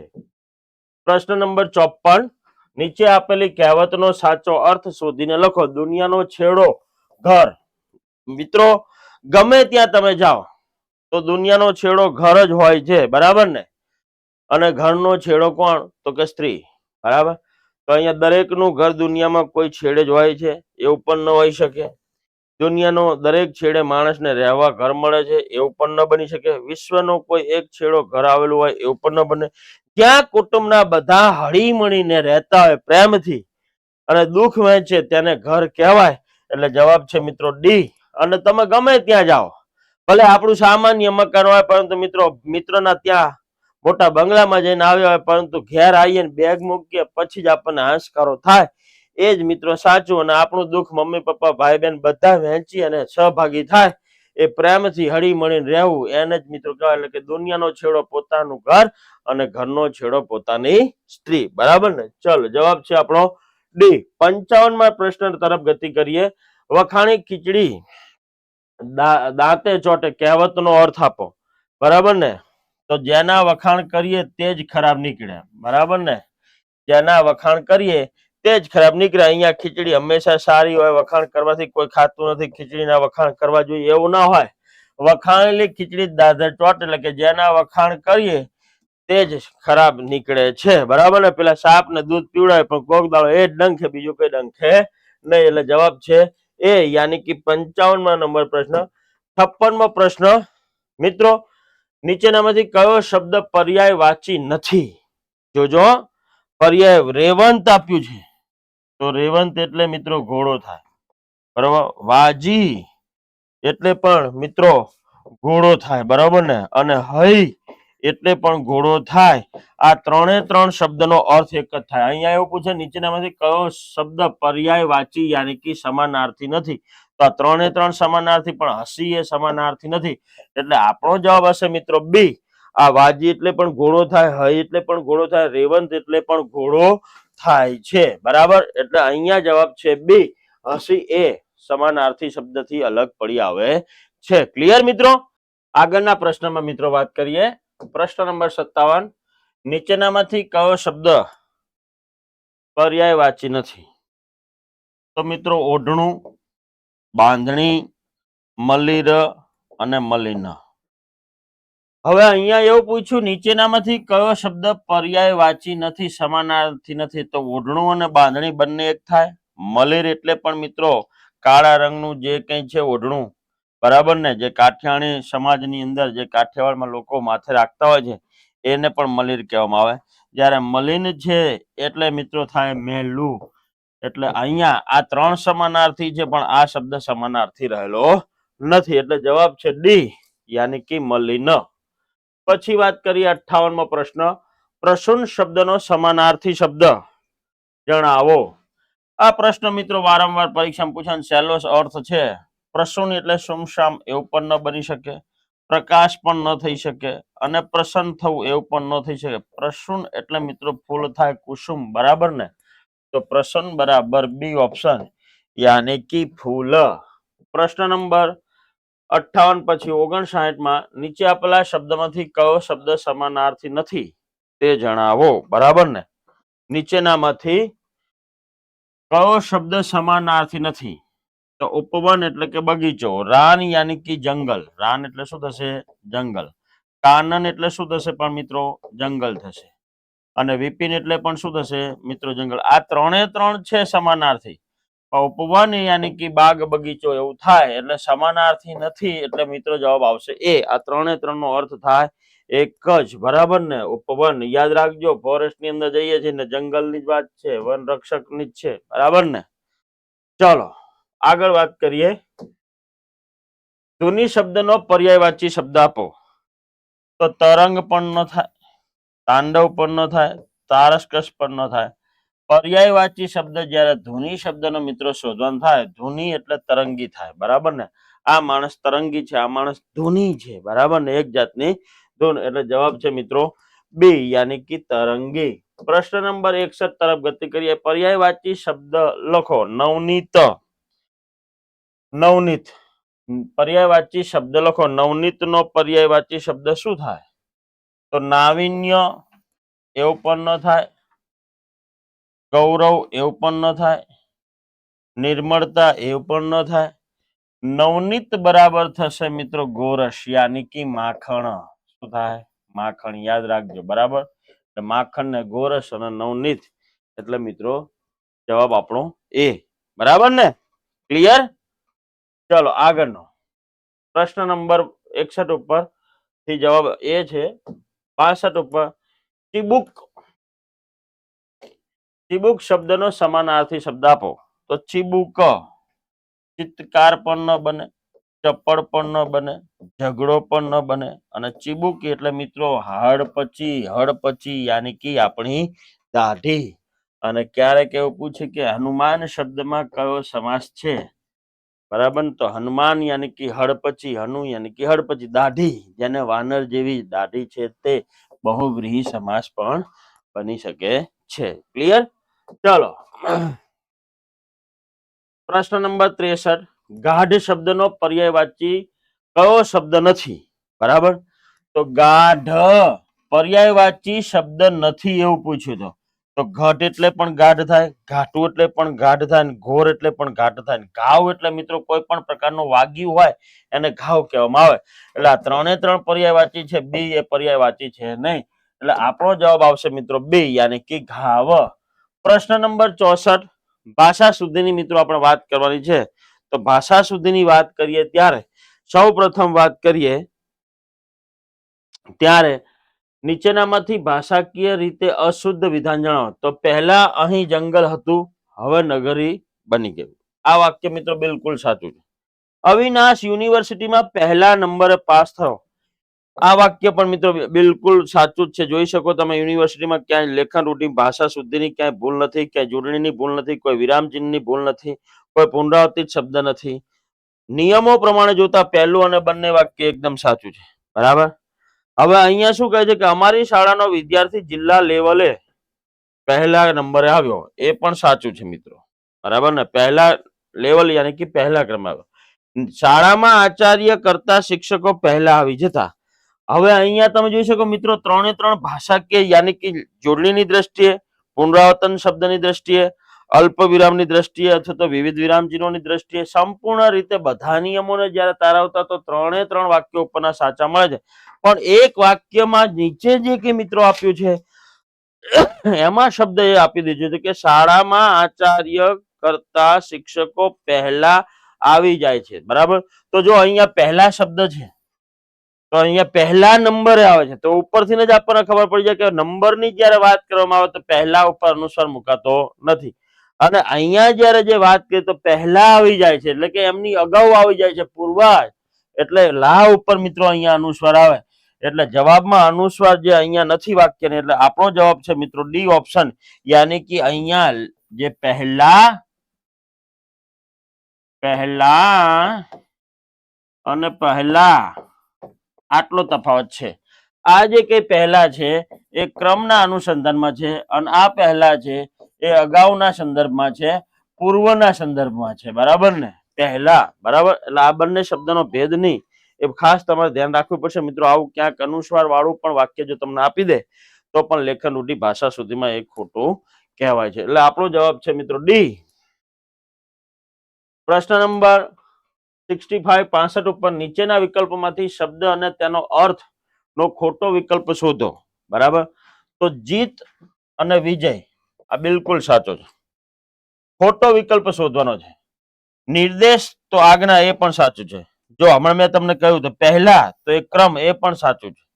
તો નિર્દેશ યાની કે નિયમન કરનાર એવું ના હોય. નિર્દેશ યાની કે આજ્ઞા છે જ તે, તો નિયમન કરનાર યાની કે કોઈનું નિયમન કરતો શબ્દ એને નિર્દેશ કહેવાતો નથી. એટલે જવાબ આપણો આવશે બી ઓપ્શન, યાની કે નિર્દેશ અને નિયમન કરનાર. ચલો, શબ્દ અને તેના અર્થ ની કઈ જોડ ખોટી છે? બરાબર ને, શબ્દ અને તેના અર્થની કઈ જોડ ખોટી છે? તો પ્રારંભિક યાની કે શરૂઆત એ બિલકુલ સાચું છે. ભવન યાની કે જગત અથવા તો દુનિયા એ પણ સાચું છે.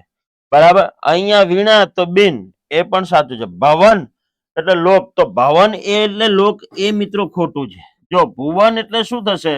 તો કે ભુવન એટલે મિત્રો અહીંયા જગત થશે. તો ભવન એટલે કે મિત્રો કે દુનિયા કે એવું ન થાય, કે લોક પણ ન થાય. ભવન એટલે મકાન થાય. શું થાય મિત્રો? મકાન. તો આ જોડ ખોટી છે. એટલે જવાબ આપણો છે ડી, યાની કે ભવન એટલે લોક બની શકતું નથી. ભવન એટલે મકાન થાય, ભુવન એટલે દુનિયા અથવા તો લોક તરીકે આપણે જગત તરીકે ઓળખીએ. બરાબર ને. આપણે ક્યારેક મિત્રો આવું લખ્યું હોય રામ ભુવન, મકાનમાં ગામડે જઈએ ને તો આવું લખ્યું હોય કઠોળા ઉપર કે રામ ભુવન, તો કે અહીંયા કે રામની દુનિયા નથી, રામ ભવન, તો કે ભાઈ રામનું મકાન. ભવન શબ્દ ને ભુવન શબ્દ એને યાદ રાખજો ખાસ. બરાબર. પ્રશ્ન નંબર 67 નીચેનામાંથી ખોટો વિકલ્પ પસંદ કરો. બરાબર. તો જો રવિ એટલે વસંત ઋતુ, આ બિલકુલ સાચું છે. લક્ષ્ય, તમારું લક્ષ્ય શું છે? તમારું ધ્યેય શું છે? તો આ પણ મિત્રો સાચું છે. વાગ્યે એટલે કે આપણે 2 વાગ્યે મળીએ છીએ, 5 વાગ્યે મળે છે, તો વાગ્યે. તો જો લક્ષ્ય એટલે ધ્યાન અને લક્ષ્ય એટલે ધ્યેય. વાગે તો ઉઘાડા પગે રખડીએ અથવા તો કઈ પણ પ્રકારનું વાગી જાય, દડો વાગી જાય, ખીલી વાગી જાય, કાંટો વાગી જાય, તો એ વાગે. અને આ વાગ્ય છે. વાગ્ય એટલે ઘડિયાળના સમય. અને અહીંયા લક્ષ્ય, તો લક્ષ્ય યાની કે ધ્યાન. લક્ષ્ય તો તમારું ધ્યેય. બરાબર ને. પણ રવિ તો વસંત ઋતુ, તો આ રવિ એટલે શું? રવિ પાક ન થાય. આ રવિ એટલે મિત્રો થાય સૂર્ય થાય, શું થાય? સૂર્ય, અથવા તો રવિવાર, શું થાય? રવિવાર. આ રવિને રવિ પાક કહેવાય નહીં. એટલે અહીંયા ખોટો વિકલ્પ જયારે પસંદ કરવાનો થાય એટલે જવાબ આપણો આવશે બી. શું આવશે જવાબ? બી. પ્રશ્ન નંબર 68 તરફ, નીચેના વિકલ્પોમાંથી કયો વિકલ્પ ખોટો છે? બરાબર. તો હવે જયારે વાત કરીએ તો વટાવ એટલે કપાત, એ તો પણ સાચું છે. નીચેના વિકલ્પોમાંથી કયો વિકલ્પ ખોટો છે એની વાત છે. તો વટાવ યાની કે કપાત, એ સાચું છે. વટાવ એટલે વળતર, એ પણ સાચું છે. વટાવ એટલે વટાવવા યોગ્ય, અને વટાવ એટલે ચાર્જની કિંમત, એવું થઈ શકે નહીં. એટલે જવાબ આપણો છે ડી. બરાબર. જોઈ લો મિત્રો, બરાબર ધ્યાનથી તમે વાંચશો અથવા સમજશો તો તમને ખ્યાલ આવી જશે. પ્રશ્ન નંબર 69 તરફ, નીચેનામાં પૈકી કયું વિધાન ભાષા શુદ્ધિની દ્રષ્ટિએ સાચું છે? બરાબર. તો સાચું છે એની વાત છે. તો અહીંયા જો આપણે વાંચીએ, ગૃહ કાર્ય સમયસર લાવવું, નહીં લાવનારને સજા, નહીં લાવનારને શિક્ષા થશે. બીજું, ગૃહ કાર્ય સમયસર નહીં લાવવું, લાવનારને સમય થશે. તો નહીં લાવવું એટલે શું? આ વાક્ય જ અહીંયા ખોટું થઈ ગયું. ગૃહ કાર્ય સમયસર લાવવું નહીં, લાવનારને શિક્ષા થશે. એક તો લાવવું નહીં, લાવનારને શિક્ષા થશે, તો એવું તો લાવનારને શિક્ષા થોડી થાય. એટલે એ વાક્ય પણ ખોટું છે. ગૃહ કાર્ય સમયસર લાવનારને શિક્ષા થશે, લાવવું નહીં. સમયસર લાવનારને શિક્ષા થશે, લાવવું નહીં. એટલે મિત્રો આ ત્રણે ત્રણ વાક્યો એકંદરે તમે વાંચશો એટલે તમને ખ્યાલ આવશે કે એકદમ ખોટા છે. હવે અહીંયા તમને કહેવામાં આવે કે ગૃહ કાર્ય લાવવું નહીં, લાવનારને શિક્ષા થશે. જો નહીં લાવો તમે તો વચ્ચે અહીંયા અલ્પવિરામ આપેલો મૂકો. જો બીજી વાત કરીએ મિત્રો કે આ દિવાલ પર લખવું, નહીં લખનારને સજા થશે. તો જો અહીંયા મિત્રો, અહીંયા શું થયું કે અલ્પવિરામની ભૂલ આપી દીધી. આ દિવાલ પર લખવું, નહીં લખનારને સજા થશે એવું નહીં, પણ આ દિવાલ ઉપર લખવું નહીં. અહીંયાથી જે આપ્યું છે એ મિત્રો અલ્પવિરામ દૂર થશે. આ દિવાલ ઉપર લખવું નહીં. જો લખશો તો શું થશે? તો કે લખનારને સજા થશે. તો એવી જ રીતે મિત્રો નીચેનું વાક્ય કે ગૃહ કાર્ય સમયસર લાવવું, એટલે બરાબર આપ્યું છે અહીંયા લાવવું, નહીં લાવનારને શિક્ષા થશે. એટલે આપણો જવાબ આવશે એ, યાની કે ઓપ્શન એ. બરાબર. ચલો વાત કરીએ મિત્રો આગળનો 70મો પ્રશ્ન. નીચેનામાંથી ભાષાકીય દ્રષ્ટિએ અશુદ્ધ વાક્ય જણાવો. બરાબર. તમે વેળાસર આવી જજો, આ બિલકુલ સાચું છે. ઘેર વેળાસર આવી જજો. આવતીકાલે તમે શાળામાં વહેલા આવી જશે, આવતીકાલે તમે શાળામાં વહેલા આવી જશે, એ પણ બિલકુલ સાચું છે. આજે આરતી વહેલા પૂરી થઈ ગઈ, ભગવાનની જે આરતી ચાલતી હતી એ મિત્રો વહેલા પૂરી થઈ ગઈ. તમારાથી કામ વહેલાસર થશે નહીં. તો આ વહેલાસર શબ્દ છે મિત્રો, ભાષામાં કોઈ વહેલાસર એવો શબ્દ નથી. બરાબર. તો આ વહેલાસર શબ્દ નથી. શું કહેવામાં આવે? વેળાસર. જોઈ લો અહીંયા પહેલા જ વાક્યમાં શબ્દ આપ્યો વેળાસર. તો વેળાસર શબ્દ છે, અથવા તો એને સવેળા કહેવામાં આવે. બરાબર. પણ વહેલાસર પધારશો, આ બધું શબ્દને મિત્રો આપણે લખીએ છીએ, બોલીએ છીએ, પણ એ વસ્તુ ખોટી છે. ભાષામાં ક્યાંય વહેલાસર એવો શબ્દ વપરાતો નથી. વહેલાસરની જગ્યાએ શું આવે? અહીંયા વેળાસર થઈ જશે. બરાબર ને? સવેળા અથવા તો વેળાસર. જવાબ છે આપણો સી. આગળના પ્રશ્નમાં નીચેના પૈકી કયું વિધાન ભાષા શુદ્ધિની દ્રષ્ટિએ સાચું છે? તો મારા મોટા ભાઈ છાપું વાંચતા હતા. તો મોટા ભાઈ મારા, એટલે અહીંયા જોતા મિત્રો પુલ્લિંગ છે, ભાઈ એટલે અહીંયા અનુસ્વાર મૂકવું એ જ ખોટું છે. બીજા નંબરની અંદર મારા મોટા બહેન છાપું વાંચતા હતા. ત્રીજા નંબરમાં મારા મોટા બહેન છાપું વાંચતા. તો મારા અને બહેન છે મોટા, તો અહીંયા બંને જગ્યાએ અનુસ્વાર હોય શકે, એ પણ નથી. કેમ? અહીંયા પણ એ પણ ખોટું છે. મારા મોટા ભાઈ છાપું વાંચતા હતા, તો અહીંયા વાંચતા ઉપર પણ અનુસ્વાર નથી. એટલે વાત કરીએ તો મિત્રો અહીંયા ત્રણે ત્રણ વાક્યોમાં આ ખોટા છે બિલકુલ. આ એક જ સાચું છે. હવે જો એની વાત કરીએ, મારા, તો માનવાચક પણ છે અને બહુવચન છે. બહેન છે, તો બહેન કેવા છે? તો કે મોટા. તો મોટા ભાઈ હોય, મોટા દાદા હોય, મોટા પપ્પા હોય. હવે જયારે સ્ત્રીવાચક નામ છે, જયારે અહીંયા વિશેષણ મોટા તરીકે જયારે આપણે વાપરીએ છીએ, તો સ્ત્રીવાચક આની આગળ જો પુલ્લિંગ જયારે વિશેષણ વાપરતા હોય તો એને મિત્રો નાન્યતા બનાવવા માટે એના ટા ઉપર પણ અનુસ્વાર આવે. મારા એટલે બહુવચન અને માનવાચક છે એટલે એના ઉપર પણ અનુસ્વાર આવે. મારા મોટા બહેન છાપું વાંચતા. બરાબર ને? અને સ્ત્રી હોવાથી સહાયક પદ ઉપર હતા ઉપર અનુસ્વાર આવી જાય. વાંચતા, વાંચન, વાંચતા વર્તમાન કુદરતનો તા પ્રત્યે જ્યારે ક્રિયાપદ સ્વરૂપે વપરાતો હોય ત્યારે પણ અનુસ્વાર મૂકવામાં આવે. એટલે જવાબ મિત્રો આપણો આવશે બી, યાની કે મારા મોટા બહેન છાપો વાંચતા હતા. બરાબર. હવે વાત કરીએ આગળ મિત્રો, પ્રશ્ન નંબર 72 તરફ ગતિ કરીએ. નીચેનામાંથી કયું વિધાન ભાષા શુદ્ધિની દ્રષ્ટિએ સાચું છે? બરાબર ને? ભાષા શુદ્ધિની દ્રષ્ટિએ સાચું. તો ગીર ગાય શક્કર ઓલાદ છે, શક્કર ના હોય શંકર હોય. જો અહીંયા ભૂલ છે એટલે એ પણ ખોટું થઈ ગયું. સમાજમાં અવિનાશની શાન છે, તો મા ઉપર અનુસ્વાર પણ મૂક્યો નથી, અહીંયા પણ મિત્રો ખોટું થઈ ગયું. બરાબર. દેવોના દેવ એટલે શંકર, એની સન ના હોય શાન હોય. શું હોય? શાન. એટલે અહીંયા પણ ખોટું થઈ ગયું. તો જવાબની અંદર મિત્રો એક જ આવશે કે દેવોના દેવ એટલે શંકર મહાદેવ, જેનો સમગ્ર પરિવાર પૂજાતો હોય છે. બરાબર ને? તો અહીંયા વાત કરીએ મિત્રો, જવાબ આવશે સી. પ્રશ્ન નંબર 73 તરફ નીચેનામાંથી ભાષા સુધીની દ્રષ્ટિએ ખોટું વાક્ય કયું છે તે શોધો. બરાબર. નીચેનામાંથી ભાષા સુધીની દ્રષ્ટિએ ખોટું વાક્ય કયું છે? તો પાપા તમે મારા સારું લાવ્યા. શું લાવ્યા? એ પણ સાચું છે. શાળામાં આચાર્ય તરીકે તેનું કામ સારું, એ પણ બિલકુલ સાચું છે.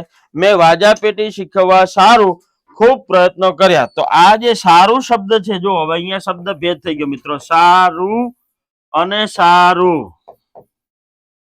તો જવાબની અંદર જયારે ખોટું વાક્ય જયારે કહેવામાં આવ્યું છે, તો અહીંયા જ આપણું આ પણ સાચું છે, આ પણ સાચું. અહીંયા આપણને ભૂલ જોવા મળી ગઈ. કઈ જોવા મળી? તો મેં વાજા પેટી શીખવા માટે, તો આ સારું યાની કે માટે. બરાબર. અને આ સારું એટલે સરસ. તો જો અહીંયા અનુસ્વાર છે અને અનુસ્વાર નથી સારું ની અંદર, તો અહીંયા સારું ઉપર મૂક્યું એટલે આ સરસ થઈ ગયું. તો સરસ ન હોય પણ શીખવા માટે, તો અહીંયા સારું ઉપરનો અનુસ્વાર. એટલે જવાબ આપણો છે મિત્રો ડી. હવે ચિંતનભાઈ નું લખાણ ખૂબ સારું છે, તો બરાબર જ છે. અહીંયા જવાબ છે સી. બરાબર. હવે વાત કરીએ પ્રશ્ન નંબર 74 તરફ ગતિ કરીએ મિત્રો. તો નીચેના પૈકી શુદ્ધ વાક્ય જણાવો. નીચેના પૈકી શુદ્ધ વાક્ય જણાવો. તો જયારે 74 ના પ્રશ્નમાં શુદ્ધ વાક્ય જયારે જણાવવાનું, રજા ને રાણી સારા છે, તો રજા ના હોય રાજા હોય. બરાબર. એટલે અહીંયા જ ભૂલ છે. રાણીના રાજા સારા છે, ના પ્રત્યે છૂટો આપ્યો, એ પણ અહીંયા ભૂલ છે. રાણીના રાજા સારા છે, એ પણ ખોટું પડી શકે. રાજા રાણીને, બરાબર ને? પ્રશ્ન 74 માં રાજા રાણીને કુંવર બધા સારા છે, તો અહીંયા સારા ઉપર અનુસ્વાર નથી, બધા ઉપર અનુસ્વાર નથી. એટલે એ વાક્ય પણ મિત્રો ખોટું છે કે રાજા રાણીને કુંવર બધા સારા છે. એટલે જવાબ આવશે મિત્રો આપણો ડી, યાની કે ઓપ્શન નંબર 4. આગળનો પ્રશ્ન 75. નકશામાં જોયું તે જાણે ન કશામાં જોયું. અલંકારની વાત આવી મિત્રો. નકશામાં જોયું તે જાણે ન કશામાં જોયું. એટલે જવાબ અહીં કયો અલંકાર છે? તો નકશામાં અને ન કશામાં. બરાબર ને? તો એક શબ્દના જયારે બે અર્થ નીકળતા, બંને અર્થ યોગ્ય અર્થ ધરાવતા હોય ત્યારે મિત્રો ભ્રાંતિમાન પણ ન શકે, વિષમ પણ ન બને, ઉત્પ્રેક્ષા પણ ન બની શકે. ત્યારે મિત્રો શ્લેષ જ બને. બરાબર ને? નકશામાં અને ન કશામાં ક્યાંય નહીં, અને નકશામાં કોઈ પણ પ્રકારનો. એટલે એક શબ્દના જયારે બે અર્થ લઈએ ત્યારે શ્લેષ અલંકાર બને. અહીંયા જવાબ છે મિત્રો શ્લેષ. પ્રશ્ન નંબર 76 તરફ, નયન બાણ કરતા પણ જીવા બાણ વધારે કાતિલ નીવડે છે. નયનના જે બાણ છે, આંખોના જે બાણ છે, એના કરતા જે જીભના જે છે મિત્રો, એ વધારે કાતિલ નીવડે છે. બરાબર ને? તો ઉપમયને ઉપમાન કરતા જયારે ચડિયાતું બતાવવામાં આવે, થી એ કરતા અને આગળ જેવા શબ્દોથી જયારે મિત્રો ચડિયાતું દર્શાવવામાં આવે ત્યારે અહીંયા નયન બાણ કરતા પણ શેના બાણ છે? જીવાના. વાણી કેવી છે? ફૂલ જેવી. કા તમને વધાવે, કા પછી મારે. મુખમાંથી બહાર પડી ગયેલો શબ્દ એ ક્યારે ફરીથી પાછો આવતો નથી. ધનુષ્યમાંથી છૂટેલું બાણ ક્યારેય પાછું આવતો નથી. એટલે અહીંયા બનશે મિત્રો વ્યતિરેક અલંકાર. કયો બનશે? વ્યતિરેક અલંકાર. બરાબર. ચલો આગળનો પ્રશ્ન નંબર વાત કરીએ મિત્રો. 77. નીચેની પંક્તિનો અલંકાર ઓળખાવો. ઓ ઈશ્વર ભજીએ તને, મોટું છે તુજ નામ, ગુણ તારા નિત ગાઈએ થાય અમારા કામ. તો શબ્દાનુપ્રાસ પણ નથી, રૂપક પણ ન બને, ઉપમા પણ ન બને. મિત્રો નામ અને કામ એક જ બને, અંત્યનું પ્રાસ. પંક્તિના અંતે મળતા પ્રાસને અંત્યનું પ્રાસ અલંકાર તરીકે ઓળખવામાં આવે છે. અને જો આ છંદ પૂછાય તો મિત્રો એ છંદ ની અંદર દોહરો છંદ થાય, બરાબર ને? ઓ ઈશ્વર ભજીએ તને, મોટું છે તુજ નામ, ગુણ તારા નિત ગાઈએ, થાય અમારા કામ. મુખ સરખો મંગલ નહીં, મૃત્યુ સમી નહીં હાણ, જગ સમકો જંગલ નહીં, સત્ય સમી નહીં વાણ. અહીંયા મિત્રો નામ અને કામ જોતા અંત્યનો પ્રાસ અલંકાર બનશે. જવાબ છે આપણો બે. પછીની વાત કરીએ, આખું વિશ્વ વિરાટ છતાં નાનકડા હૈયાને લાગે એકલો. આખું વિશ્વ વિરાટ છતાં નાનકડા હૈયાને લાગે એકલો. ઉપમા તો કે સાહેબ અહીંયા કોઈ સરખામણી જેવો આવતો નથી. પ્રત્યય એ તો અલંકારની વાત જ અલગ જ રહી. યમક એ પણ સાહેબ બનવાના જોગવાઈ છે. તો અહીંયા સાહેબ કયો બનતો છે? વિરોધાભાસ બને. શું બને? વિરોધાભાસ. મુખ્ય વાતને છુપાવી અને ગૌણ વાતની રજૂઆત કરવી, જેવા છો તેવા ન કહેવાને અન્ય વાતની જ્યારે વાત કરવામાં આવે ત્યારે વિરોધાભાસ કહેવામાં આવે. વિરોધાભાસની વાત કરીએ તો પહેલા શરૂઆતમાં સાચું ન લાગે, પરંતુ ઊંડાણમાં સત્યતા પ્રગટ થાય ત્યારે મિત્રો વિરોધાભાસ થાય. આખું વિશ્વ વિરાટ છતાં નાનકડા હૈયાને એકલું લાગે. ભલે દુનિયાની અંદર બધાય છે, આખું વિશ્વ છે, પરંતુ હૈયું તો એકલું છે ને, એને ક્યાં કોઈનો આમ છે? જગતની અંદર એકલા આવે. મેં મુસાફિર આયે ગમ સે, મેં હું પરદેશી પંખી, તન તરુવર પર કરી આશરા, રહ્યા નથી કોઈ સંત. એકલા આવ્યા હતા ને એકલા જવાના. પંખીડા ને પિંજરું જૂનું જૂનું લાગે, જયારે સમય થતા જૂનું લાગે. જૂનું થયું રે દેવળ, જૂનું થયું મારો હંસલો નાનો ને દેવળ જૂનું થયું. જવાબમાં મિત્રો આવશે એ વિરોધાભાસ, બરાબર ને? ચલો આગળ વાત કરીએ. પ્રશ્ન નંબર 79 ઉપર નીચેની પંક્તિનો અલંકાર જણાવો. ક્યારેક ચાંદી સી જળહળા થતી નદીને જોતો. કાકા સાહેબ કાલકર એવું કહે છે કે હું તો ક્યારેક નર્મદાના કિનારે જયારે બેઠો હતો ત્યારે જે ચાંદીનો જે પ્રકાશ પડતો હતો એ શું કહે? ક્યારેક ચાંદી સી, સો સી શું શાહ, જેવો જેવી જેવા, તરત જ સાહેબ બની જાય ઉપમા અલંકાર. બીજો કઈ બને નહીં. નિર્જીવમાં સજીવ નથી, અનન્વય પણ નથી, રૂપક નથી, એટલે તરત જ બની ગયો સી. જોતા જ મિત્રો તમને ખ્યાલ આવી ગયો ઉપમા અલંકાર. ક્લિયર? ચલો આગળના પ્રશ્ન તરફ. કયો શબ્દ અલંકાર નથી? હવે તમને ખબર છે કે શબ્દ અલંકાર અને અર્થાલંકાર, આવા અલંકારના બે પ્રકાર છે, બરાબર ને? શબ્દ અલંકાર ને અર્થાલંકાર. હવે અહીંયા એવું પૂછ્યું કયો શબ્દ અલંકાર નથી, તો ઉત્પ્રેક્ષા એ અર્થાલંકાર છે, રૂપક એ અર્થાલંકાર છે, બરાબર. અનન્વય એ અર્થાલંકાર છે. જ્યારે યમક જે કે છે એ મિત્રો શબ્દ અલંકાર છે. કયો છે? શબ્દ અલંકાર. એટલે જવાબ આપણો આવશે યમક, ડી ઓપ્શન. પ્રશ્ન નંબર 80 ની અંદર ડી ઓપ્શન. પ્રશ્ન નંબર 81 તરફ. આ નભ ઝૂક્યું તે કાનજી ને પેલી ચાંદની તે રાધા, રામ રમકડું જળ્યું રાણાજી મને, રામ રમકડું જળ્યું. કયો અલંકાર બનતો છે? આ અલંકારમાં કાનજી અને રાધા માટે કયા રૂપકો પ્રયોજ્યા છે? તો કાનજી માટે નભ છે, રાધા માટે ચાંદની છે, કાનજી માટે ઝૂક્યું. એ અને બી. તો મિત્રો જવાબ આવશે એ અને બી. આ નભ ઝૂક્યું તે કાનજી, નભ અને કાનજી, કાનજી અને નભ, રાધા અને ચાંદની, તો ચાંદની અને રાધા. જવાબ આવશે એ અને બી. અને હકીકતમાં કયો અલંકાર છે? તો રૂપક અલંકાર બનશે. કયો બનશે મિત્રો? રૂપક અલંકાર. કેમ કે ના નભ ઝૂક્યું તે કાનજી, કાનજી ને શેનું રૂપ આપ્યું છે? નભનું. નભને શેનું રૂપ આપ્યું છે? કાનજીનું. અને પેલી ચાંદની તે રાધા, જે કે પ્રકાશ છે, એ પ્રકાશ કોનો છે? તો કે રાધાનો છે. રાધાનો શું છે? તો કે પ્રકાશ છે, બરાબર ને? રામ રમકડું જળ્યું રાણાજી મને, રામ રમકડું જળ્યું. વર્ણાનુપ્રાસ પણ બને અને સાથે સાથે રૂપક પણ બને કે રામ રમકડું મને જળ્યું છે. શું જળ્યું છે?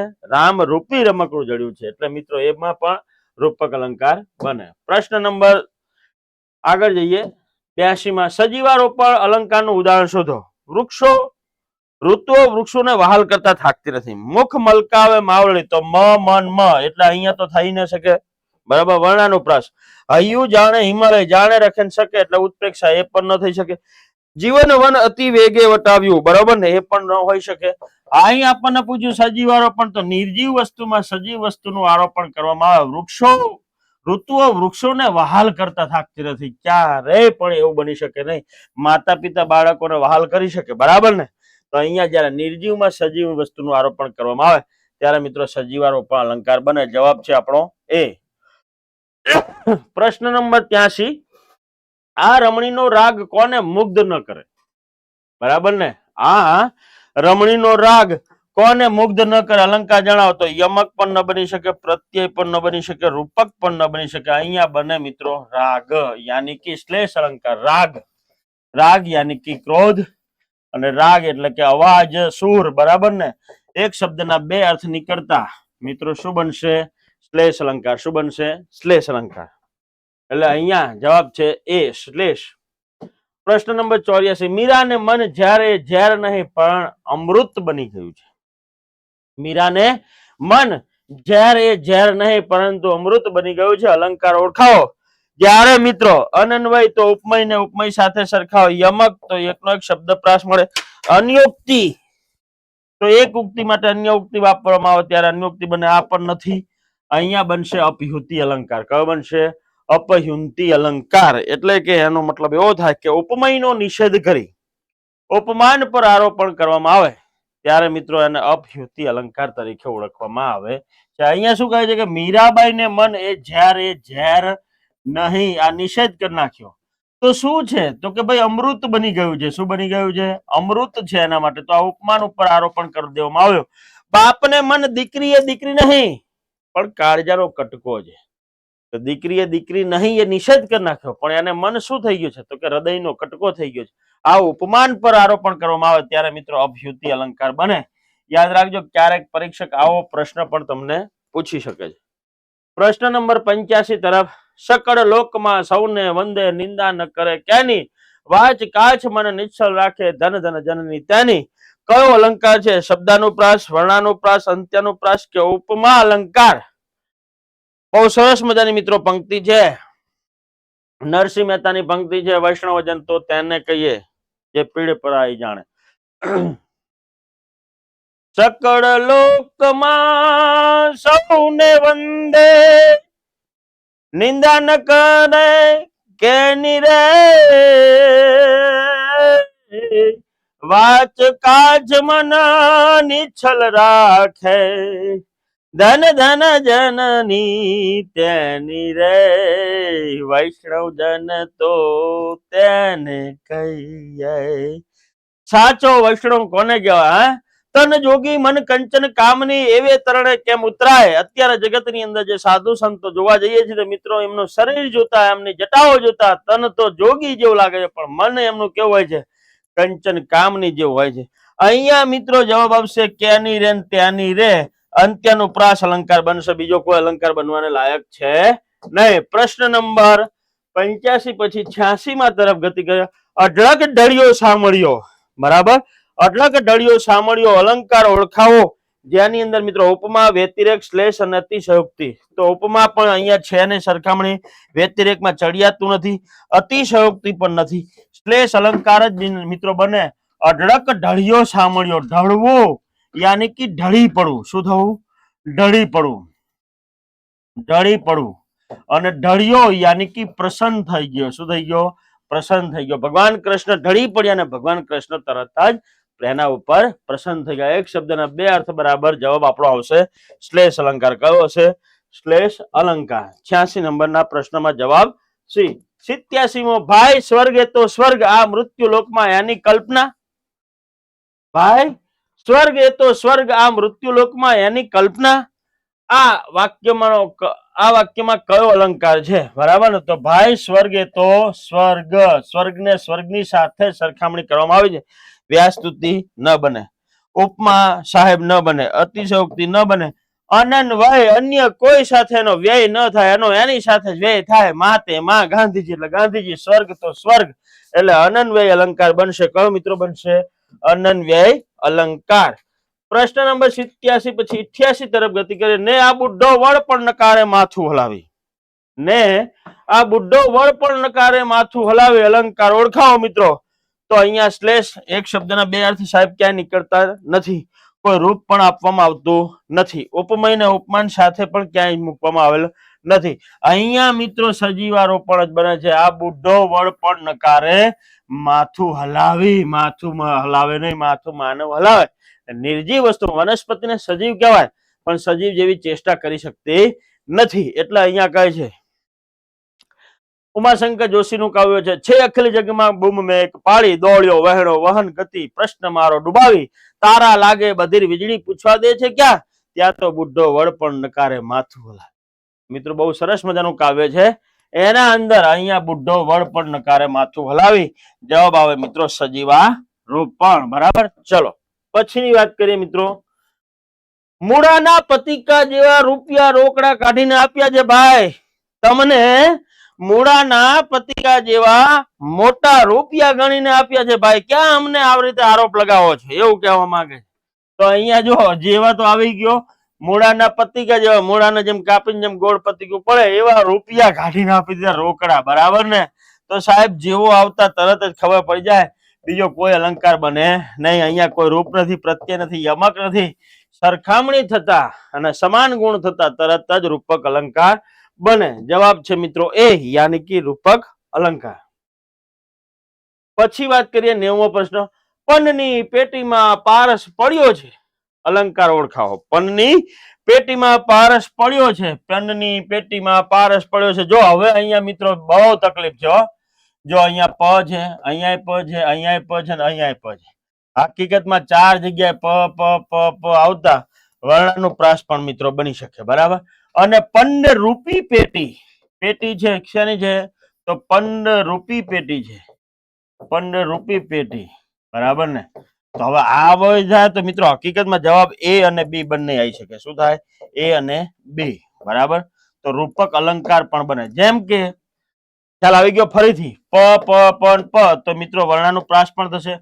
પંડ રૂપી પેટી, પેટી છે પણ શાની છે? પંડની પેટી છે, શરીર રૂપી પેટી છે. બરાબર ને. તો એને શરીરને પણ એ પેટીનું રૂપ આપવામાં આવ્યું એટલે રૂપક પણ અલંકાર બની જાય. આવો જ પ્રશ્ન મિત્રો એકવાર આપણે પીએસઆઈ ની પરીક્ષામાં પૂછ્યું હતું કે પ્રેમની પ્રેમની પ્રેમની રે વાગી કટારી પ્રેમની રે. બરાબર. તો અહીંયા જો પ પ પ ને પ એ જોતા મિત્રો વર્ણાનો પ્રાસ પણ થઈ શકે છે.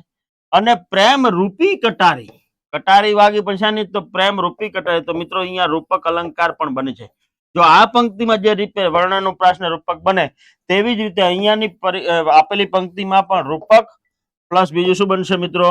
વર્ણાનું પ્રાસ. શું બનશે? વર્ણાનું પ્રાસ. ક્લિયર? ચલો જવાબ છે એ. ગુજરાત એટલે ગુજરાત ને ભારત એટલે ભારત. શું છે? ગુજરાત એટલે ગુજરાત અને ભારત એટલે ભારત. અલંકાર ઓળખાવો. તો ગુજરાત ને મિત્રો ગુજરાત સાથે, ભારત ને મિત્રો ભારત સાથે, ઉપમય ને ઉપમાન સાથે જ્યારે સરખામણી કરવામાં આવે યાની કે ઉપમાન તરીકે ઉપમયનો જ સમાવેશ થયેલો હોય ત્યારે મિત્રો અનન્વય અલંકાર બને, બીજો કોઈ અલંકાર બની શકે નહીં. એટલે જવાબ છે આપણો બી. બરાબર ને. ચલો આગળ બતાવો. ધૂણી ધખે મારા ધૈર્યની જલતું જીવન કાષ્ઠ. જેની અંદર વાત કરવામાં આવે છે મિત્રો જીવન કાષ્ઠ. જીવન કાષ્ઠ તો વ્યતિરેક તો ચડિયાતું નથી, ઉપમામાં ક્યાંય સરખામણી નથી, ઉત્પ્રેક્ષામાં ક્યાંય સંભાવના નથી. અહીંયા મિત્રો રૂપક દર્શાવવામાં આવે છે કે ધૂણી ધખે મારા ધૈર્યની, જલતું જેમ સળગે છે તો કે જીવન કાષ્ઠ. તો જીવન રૂપી કાષ્ઠ શું થશે મિત્રો? જીવન રૂપી લાકડું યાની કે કાષ્ઠ. એટલે હકીકતમાં જીવન એ જ કાષ્ઠ છે, એને રૂપ આપવામાં આવ્યું છે. એટલે મિત્રો આપણે અહીંયા કહીશું રૂપક અલંકાર તરીકે. બરાબર. પ્રશ્ન નંબર 93 ની અંદર મિત્રો જવાબ આવશે સી યાની કે રૂપક અલંકાર. 94. કૃષ્ણ છે મહાચોર, સ્મરણ માત્ર થી જ ચોરી લે છે પાપ જન્મોના, અલંકાર ઓળખાવો. કૃષ્ણ છે મહાચોર, સ્મરણ માત્ર થી જ ચોરી લે છે પાપ જન્મોના. તો અહીંયા ઉપમા ક્યાંય સરખામણી નથી, રૂપ દર્શાવવામાં આવ્યું નથી, કોઈ સંભાવના નથી. વ્યાજ સ્તુતિ છે કે કૃષ્ણ એક બાજુ કહે છે નિંદા કરે છે, મહાચોર છે. કેવો છે કૃષ્ણ? મહાન એવો ચોર છે.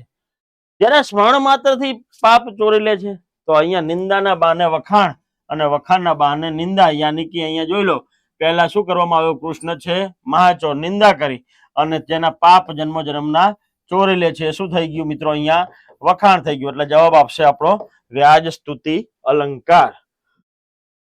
95 નંબરના પ્રશ્નમાં ગતિ કરીએ તો, જ્યાં ત્યાં આવી વય બદલી સંતાય જાણે પર્યો. હા, ત્યાં ત્યાં વય આવી બદલી સંતાય જાણે પર્યો. મિત્રો બહુ મેં હમણાં જ વાત કર્યું કે બકર ઠાકોરનું જૂનું પિયર ઘર, પેસી ખાટે પિયર ઘરમાં જિંદગી જોઈ સારી, દીઠા હેત સ્મૃતિ પણ બધા ઉકલિયા આપ રૂડા, દાદી વાંકી રસિક કરતી ગોષ્ઠીથી બાળ રાજી, સુના સ્થાનો સજીવન થયા સાંભળ્યું કંઠ જૂના, જાણે રખે ને સખે. તરત આવતા મિત્રો ઉત્પ્રેક્ષ અલંકાર બને, બીજો કોઈ અહીંયા અલંકાર બનવાને લાયક રહેતો નથી. એટલે જવાબ આવશે મિત્રો ડી, યાની કે ઉત્પ્રેક્ષા અલંકાર. ક્લિયર? ચલો હવે વાત કરીએ 95 પછી 96 માં. રાતે સીમમાં તડકાએ રાત વાસો કર્યો હોય. શું કર્યું? રાતે સીમમાં તડકાએ રાત વાસો કર્યો. તો મિત્રો રાતવાસો તો માનવ કરી શકે, બરાબર ને, તડકો ક્યાંય કરી શકે નહીં. તો અહીંયા જોઈ શકો અન્યોક્તિ નથી, ઉપમા પણ નથી, ઉત્પ્રેક્ષા પણ નથી. નિર્જીવમાં સજીવ વસ્તુનો રાતવાસો કરવો ને તડકાનો, એ અહીંયા તમે જોવો છો. એટલે તડકો પણ એ મિત્રો રાતવાસો ન કરી શકે, માનવ રાતવાસો કરી શકે. એટલે અહીંયા નિર્જીવમાં સજીવ વસ્તુનું આરોપણ થતા સજીવારોપણ અલંકાર તરીકે મિત્રો દર્શાવવામાં આવે છે. 97મો પ્રશ્ન મિત્રો સમાસ તરફ ગતિ કરીએ છીએ. જ્યારે આવે છે અહીંયા સમાસ દ્વારા નવા બનાવેલા પદને શું કહેવામાં આવે છે? સંયોજક, સંજ્ઞાપદ, કૃતજ્ઞ પદ કે સામાસિક? તો મિત્રો સમાસ દ્વારા નવા બનેલા પદને હકીકતમાં સંયોજક ન કહેવાય, સંજ્ઞા ન કહેવાય, કૃતજ્ઞ ન કહેવાય, સામાસિક પદ જ કહેવાય. શું કહેવામાં આવે? સામાસિક પદ. બરાબર, જવાબ છે ડી. પ્રશ્ન નંબર 98 તરફ, નીચેનામાંથી શેમાંથી શબ્દોનો વિચાર પ્રગટ કરવામાં આવે છે? નીચેનામાંથી શેમાં શબ્દનો વિચાર કરવામાં આવે? સંધિમાં આવે, સંયોજકમાં આવે, સમાસમાં આવે, કૃદંતમાં? તો વિચાર જ્યારે કરવાનો આવતો હોય ત્યારે સંયોજકમાં ના આવે, સંધિમાં ના આવે, કૃદંતમાં ના, અહીંયા આવે સમાસમાં જ આવે. બરાબર, બીજામાંથી કોઈ વિચાર પ્રગટ કરવાનો આવતો નથી. એટલે જવાબ છે આપણો સી. આગળના પ્રશ્નમાં વાત કરીએ તો સમાસની ઓળખ કરવા માટે બંને પદો વચ્ચે સંબંધ દર્શાવનાર પદોને ક્યારે ઉમેરવામાં આવે છે? સમાસની ઓળખ કરવા માટે બંને પદો વચ્ચે સંબંધ દર્શાવનાર પદો ક્યારે ઉમેરવામાં આવે છે? તો સંધિ કરતી વખતે, ભેગા કરતી વખતે, સંજ્ઞા. સમાસની ઓળખ કરવા માટે બંને પદો વચ્ચે સંબંધ દર્શાવનાર પદ. બરાબર, અહીંયા હું ટપાલ લખું છું અને અહીંયા પેટી લખું છું, તો બે પદ છે. હવે આ બે પદને સંબંધ દર્શાવવા વચ્ચે ઉમેરવામાં આવે તો શું થશે?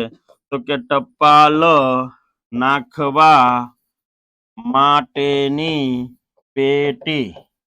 પેટી અને ટપાલ આ બે પદ તો આપણને આપેલા છે, પણ વચ્ચે જે આ પદ ઉમેરીને જે વિગ્રહ કર્યો એને શું કહેવામાં આવે? વિગ્રહ કહેવાય. શું કહેવાય? વિગ્રહ. એટલે જવાબ આપણો આવશે મિત્રો વિગ્રહ. વચ્ચે પદ ઉમેરવામાં આવ્યું ને એને શું કહેવામાં આવશે? વિગ્રહ. બરાબર, ઓપ્શન છે એ. 100મો પ્રશ્ન, સામાસિક પદોના વિગ્રહમાં બે પદો વચ્ચે કયા પ્રત્યય મૂકવામાં આવે છે? બરાબર, સામાસિક પદોના વિગ્રહમાં બે પદો વચ્ચે કયા પ્રત્યય મૂકવામાં આવે છે? તો પૂર્વ પ્રત્યય, પર પ્રત્યય એવું ના હોય, વિભક્તિ પ્રત્યય મૂકવામાં આવે. શું આવે? વિભક્તિ પ્રત્યય. બરાબર ને, કર્ણપ્રિય, તો કે ભાઈ કર્ણને પ્રિય. બરાબર, તો ને પ્રત્યય મૂક્યો એ વિભક્તિ પ્રત્યય મૂકવામાં આવતો હોય છે વિગ્રહ કરતી વખતે. એટલે જવાબ આપણો આવશે મિત્રો સી, ઓપ્શન. પ્રશ્ન નંબર 101 ઉપર જઈએ. નીચેનામાંથી સમાસનું મૂળ લક્ષણ કયું છે?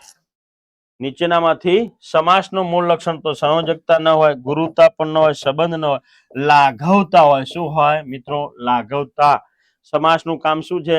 ભાષામાં લાઘવતા લાવવા માટેનું કામ છે. જવાબ છે એ. પ્રશ્ન નંબર 102, સંસ્કૃતમાં સામાન્ય રીતે સમાસનો અર્થ શું કરવામાં આવે છે? સંક્ષેપ, તો કે ના. સમાવેશ, ના. વિગ્રહ, ના. તો અહીંયા જવાબમાં આવશે મિત્રો એ અને બી બંને. શું કરવામાં આવે છે? સંસ્કૃતમાં સંક્ષેપ પણ કરવામાં આવે અને સમાવેશ પણ કરવામાં આવે. એટલે એ અને બી એ જવાબ આપણો છે મિત્રો એ અને બી. સંક્ષેપ પણ કરવામાં આવે. સમાસ શું કામ કરતો હોય? શબ્દનો સંક્ષેપ કરતો હોય અને સમાવેશ કરવામાં આવે. એટલે જવાબ છે આપણો એ અને બી. બરાબર, ચલો પછીની વાત કરીએ, સમાસ ઓળખવા માટે ઓળખાવો વેદ, ઉપનિષદ, ગીતા. તો વેદ, ઉપનિષદ અને ગીતા. તો અહીંયા મિત્રો સમુચય દ્વંદ્વ તરીકે ઓળખાય, વૈકલ્પિક તરીકે, સહભાગી તરીકે, સહબહુવ્રીહી કે નંજ બહુવ્રીહી તરીકે નહીં, પરંતુ વેદ, ઉપનિષદ અને ગીતા તરીકે યાની કે સમુચય દ્વંદ્વ તરીકે ઓળખવામાં આવે છે. એટલે જવાબ છે એ ઓપ્શન. ક્લિયર? ચલો આગળ વાત કરીએ, પ્રીતમ સાગર સમાસ ઓળખાવો. તો પ્રીતમ રૂપી સાગર, અહીંયા મિત્રો પ્રીતમ સાગર યાની કે પ્રીતમ સાગર, તો પ્રીતમ રૂપી સાગર જ્યારે રૂપીથી દર્શાવવામાં આવે, એજથી દર્શાવવામાં આવે, જેવો તેવો શબ્દોથી દર્શાવવામાં આવે ત્યારે મિત્રો તમને ખબર જ પડી જાય કે કર્મધાર્ય સમાસ બને, બીજો કોઈ બને. બહુવ્રીહી પણ છે નહીં, તત્પુરુષ પણ નથી, અવયવી પણ નથી, કર્મધાર્ય. કર્મધાર્યની અંદર મિત્રો પૂર્વ પદ જ્યારે ગુણ દર્શાવતો, ક્યારેક ઉત્તર પદ પણ જ્યારે ગુણ દર્શાવતો, વિશેષતા લાવતો, મહાપર, સ્વ, નવદેશ, ગામ, અંતર, નામ આવા શબ્દ જ્યારે પૂર્વ પદ ઉત્તર પદમાં જોવા મળતા હોય ત્યારે પણ આપણે કર્મધાર્ય સમાસ તરીકે ઓળખીએ છીએ. એટલે જવાબ છે મિત્રો બી. 105 પછી દારિદ્ર ખોવા દાસનો સોમ દ્રષ્ટિ શ્યામે કરી. કેવી કરી? સોમ દ્રષ્ટિ શ્યામે કરી. બરાબર ને? તો દ્રષ્ટિ તો કરી, પણ કેવી દ્રષ્ટિ કરી છે? તો સોમ દ્રષ્ટિ. પંક્તિમાં અધોરેખાંકિત શબ્દમાં કયો સમાસ છે તે ઓળખાવો. તો સોમ નો ની નું ના તત્પુરુષમાં લાગે નહીં. ઉપપદમાં જ, દ, દાસ, ધર, હર કોઈ ક્રિયા દર્શાવનાર પદ આપણને મળતું નથી. અવયવી ભાવમાં કોઈ અવયવ પણ આપણને મળતો નથી. એટલે અહીંયા સોમ રૂપી દ્રષ્ટિ. બરાબર ને? ઠંડક શીતળતા વાળી એવી દ્રષ્ટિ. એટલે જવાબ છે આપણો એ બી યાની કે કર્મ ધાર્ય. પછીના પ્રશ્ન, કીર્તિદા, અંડજ, હિમજા વગેરે શબ્દમાં કયો સમાસ રહેલો છે? તો મિત્રો તમને કહ્યું છે કે જ, દ, દા, સ્થ, ધર, હર, કર, કાર આવા શબ્દ હોય, અંડજા, હિમજા, અંદજા, ક્રિયા દર્શાવનાર પદ બનતું હોય ત્યારે મિત્રો એક જ સમાસ બને, ઉપપદ સમાસ. કર્મધાર્ય ન બને, દ્વંદ્વ પણ ન બને, તત્પુરુષ પણ ન બને. એટલે જવાબ આપણો છે મિત્રો કર્મધાર્ય. જેમ આગળ ચર્ચા કરી તેમ કર્મધાર્ય, સોરી ઉપપદ સમાસ. શું? ઉપપદ સમાસ. કર્મધાર્ય બોલાઈ ગયું પણ અહીંયા જવાબ છે ઉપપદ. કેમ કે ઉત્તર પદ ની અંદર ક્રિયા દર્શાવનાર જયારે પદ બની જતું હોય તો અહીંયા દા છે, કીર્તિદા, કીર્તિદા આપનાર, કીર્ત દેનાર, અંડજા. બરાબર ને? હિમજા, તો હિમજા પર્વત ઉપર રહેનાર અથવા હિમ ઉપર જનાર. બરાબર? તો હિમજા પુત્રી શૈલી. બરાબર? તો અહીંયા પ્રશ્ન નંબર 107 ઉપર નીચેનામાંથી કયો ઉપપદ સમાસ નથી? તો જો અહીંયા સપનસ્થ, તો સપનાની અંદર આવનાર અથવા તો સપનામાં આવનાર. મન મંદિર, ગ્રંથપાલ, તો ગ્રંથનું પાલન કરનાર. પાપડ તોડ, તો પાપડને તોડનાર. આ ત્રણે ત્રણ ઉપપદ સમાસ છે, પણ ઉપપદ નથી. મન મંદિર, તો મન રૂપી મંદિર. બરાબર ને? રૂપી યાની કે કર્મધાર્ય બને. એટલે જવાબ આપણો છે મિત્રો બી. એટલે અહીંયા મળશે ઓપ્શન નંબર બી, એ ઉપપદ છે અને બાકીના ત્રણે ત્રણ ઉપપદ મિત્રો રહેલા છે. પ્રશ્ન નંબર 100, રાજ્યપાલ. તો રાજ્યપાલ યાની કે રાજ્યનું પાલન કરનાર, એટલે ઉપપદ સમાસ બનશે, બીજો કોઈ સમાસ બને નહીં. પછી વાત કરીએ 109, નર્મદા કાંઠે શબ્દમાં કયો સમાસ છે? તો કાંઠે છે, પણ કોના કાંઠે છે? પ્રશ્ન પૂછતા કાંઠે, પણ કોને કાંઠે? તો કે નર્મદા ને કાંઠે. નર્મદા ને કાંઠે. બરાબર? નર્મદા ને કાંઠે. તો નો, ની, નું, ના પ્રત્યય મૂકીએ, બીજી થી સપ્તમી વિભક્તિ સુધીના પ્રત્યય મૂકીએ એટલે મિત્રો તત્પુરુષ સમાસ બને. અહીંયા કોઈ કર્મધાર્ય, દ્વંદ્વ, દ્વિગુ કે સંખ્યા કે સમાન કે એવું કોઈ દર્શાવતું નથી. એટલે જવાબ આપણો આવશે મિત્રો એ ઓપ્શન યાની કે તત્પુરુષ સમાસ. સમાસ ઓળખાવો. તારા ખચિત તત્પુરુષ છે, કર્મધાર્ય છે, દ્વંદ્વ છે, કર્મધાર્ય છે. બરાબર? બે વખત મિત્રો કર્મધાર્ય છે, એટલે બી અને સી તો છે જ નહીં. કર્મ ક્યાંય એવું દેખાતું નથી, દ્વંદ્વ પણ બનતું નથી. તારા ખચિત, તારા ને ખચિત. બરાબર? તારા ને ચોક્કસ, તો એને પ્રત્યય મુકતા તત્પુરુષ સમાસ બનશે. જવાબ આવશે મિત્રો એ. પ્રશ્ન નંબર 111 તરફ, અજન્મ્યા શબ્દમાં કયા પ્રકારનો સમાસ રહેલો છે? તો મિત્રો અજન્મ્યા, જે જન્મેલા નથી તે. બરાબર ને? એને અવયવી ભાવ પણ નથી, કર્મરૂપ પણ દર્શાવતું નથી, ઉપપદ ક્રિયા દર્શાવતું નથી. બહુવ્રીહી સમાસ બને. આ જગતની અંદર બે અજન્મેલા પુરુષ કહેવામાં આવે છે કે જેને કોઈ ઉદરની જરૂર પડતી નથી. તો આ પૃથ્વી ઉપર, વિશ્વ ઉપર જોવા જઈએ તો એવા મહાન બે જ પુરુષો જ નહીં પરંતુ ત્રણ પુરુષો એવા થયા છે કે કે આ પૃથ્વી ઉપર માતાના કુંખની કે માતાના ઉદરની જરૂર પડેલી નથી. એક તો સૌ પ્રથમ દેવાધિદેવ મહાદેવ, જેને કોઈ પણ પ્રકારના ઉદરની જરૂર નથી પડી. બીજા નંબરમાં એટલે એને અજન્મ્ય પુરુષ કહેવાય, અખંડ પુરુષ કહેવામાં આવે.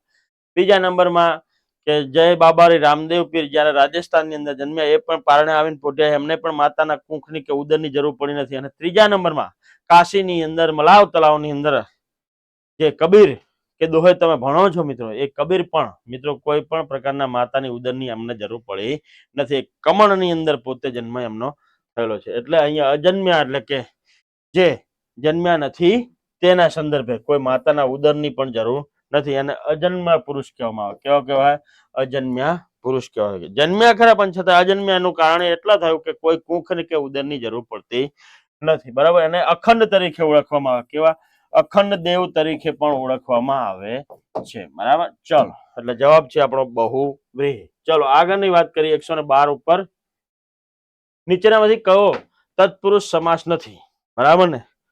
તો તત્પુરુષ સમાસ નથી તો પૂર્વાસી તો પૂર્ણોવાસી તત્પુરુષ છે. સ્ત્રી જાત તો સ્ત્રીની જાત. બરાબર ને? ચરણ રજ તો ચરણ ને રજ. જ્ઞાન દા તો જ્ઞાન આપનાર તો આપનાર દા લાગતા, અથવા તો જ્ઞાન દેનાર. જ્ઞાન દેનાર ક્રિયા બતાવતું ઉત્તર પદ તો એ ઉપપદ છે.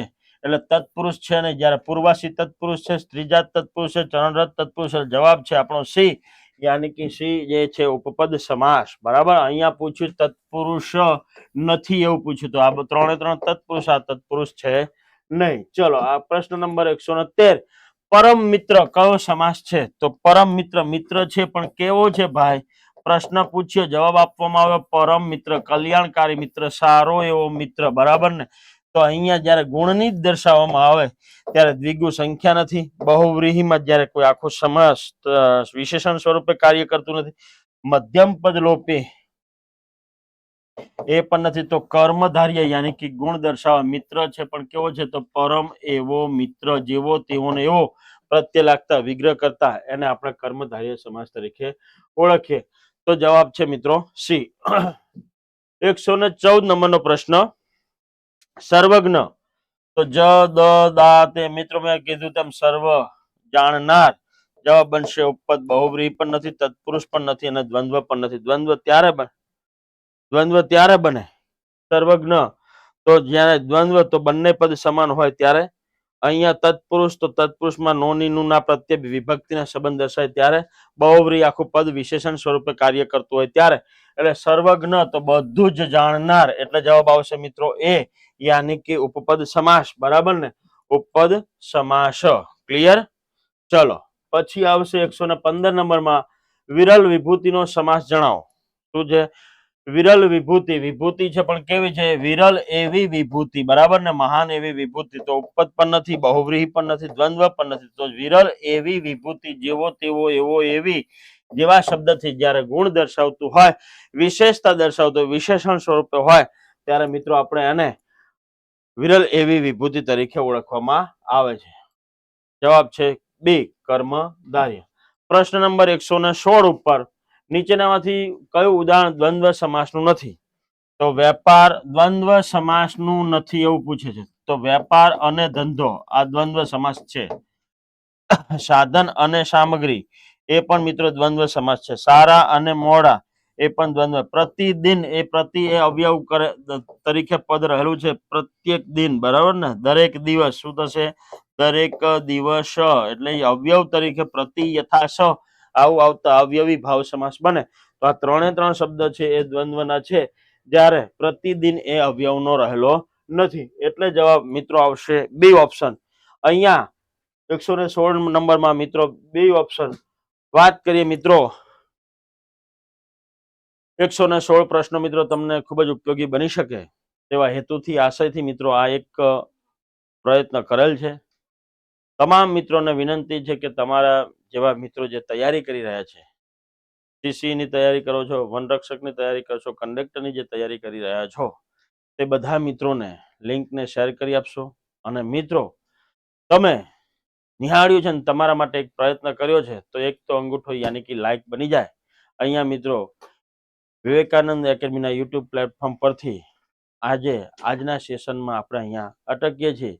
તમે બધાને નિહાળશો, તમે બધું જ જોશો અને બધું શાંતિથી વિચારી અને મિત્રો મગજની અંદર ઉતારવાનો પ્રયત્ન કરશો તેવી હૃદયની શુભેચ્છા સાથે તમે દરેક પરીક્ષાની અંદર સફળતા પ્રાપ્ત કરો અને ઊંચું સ્થાન મળે તેવી હૃદયની શુભકામના સાથે મિત્રો, જય હિન્દ, ભારત માતા કી જય.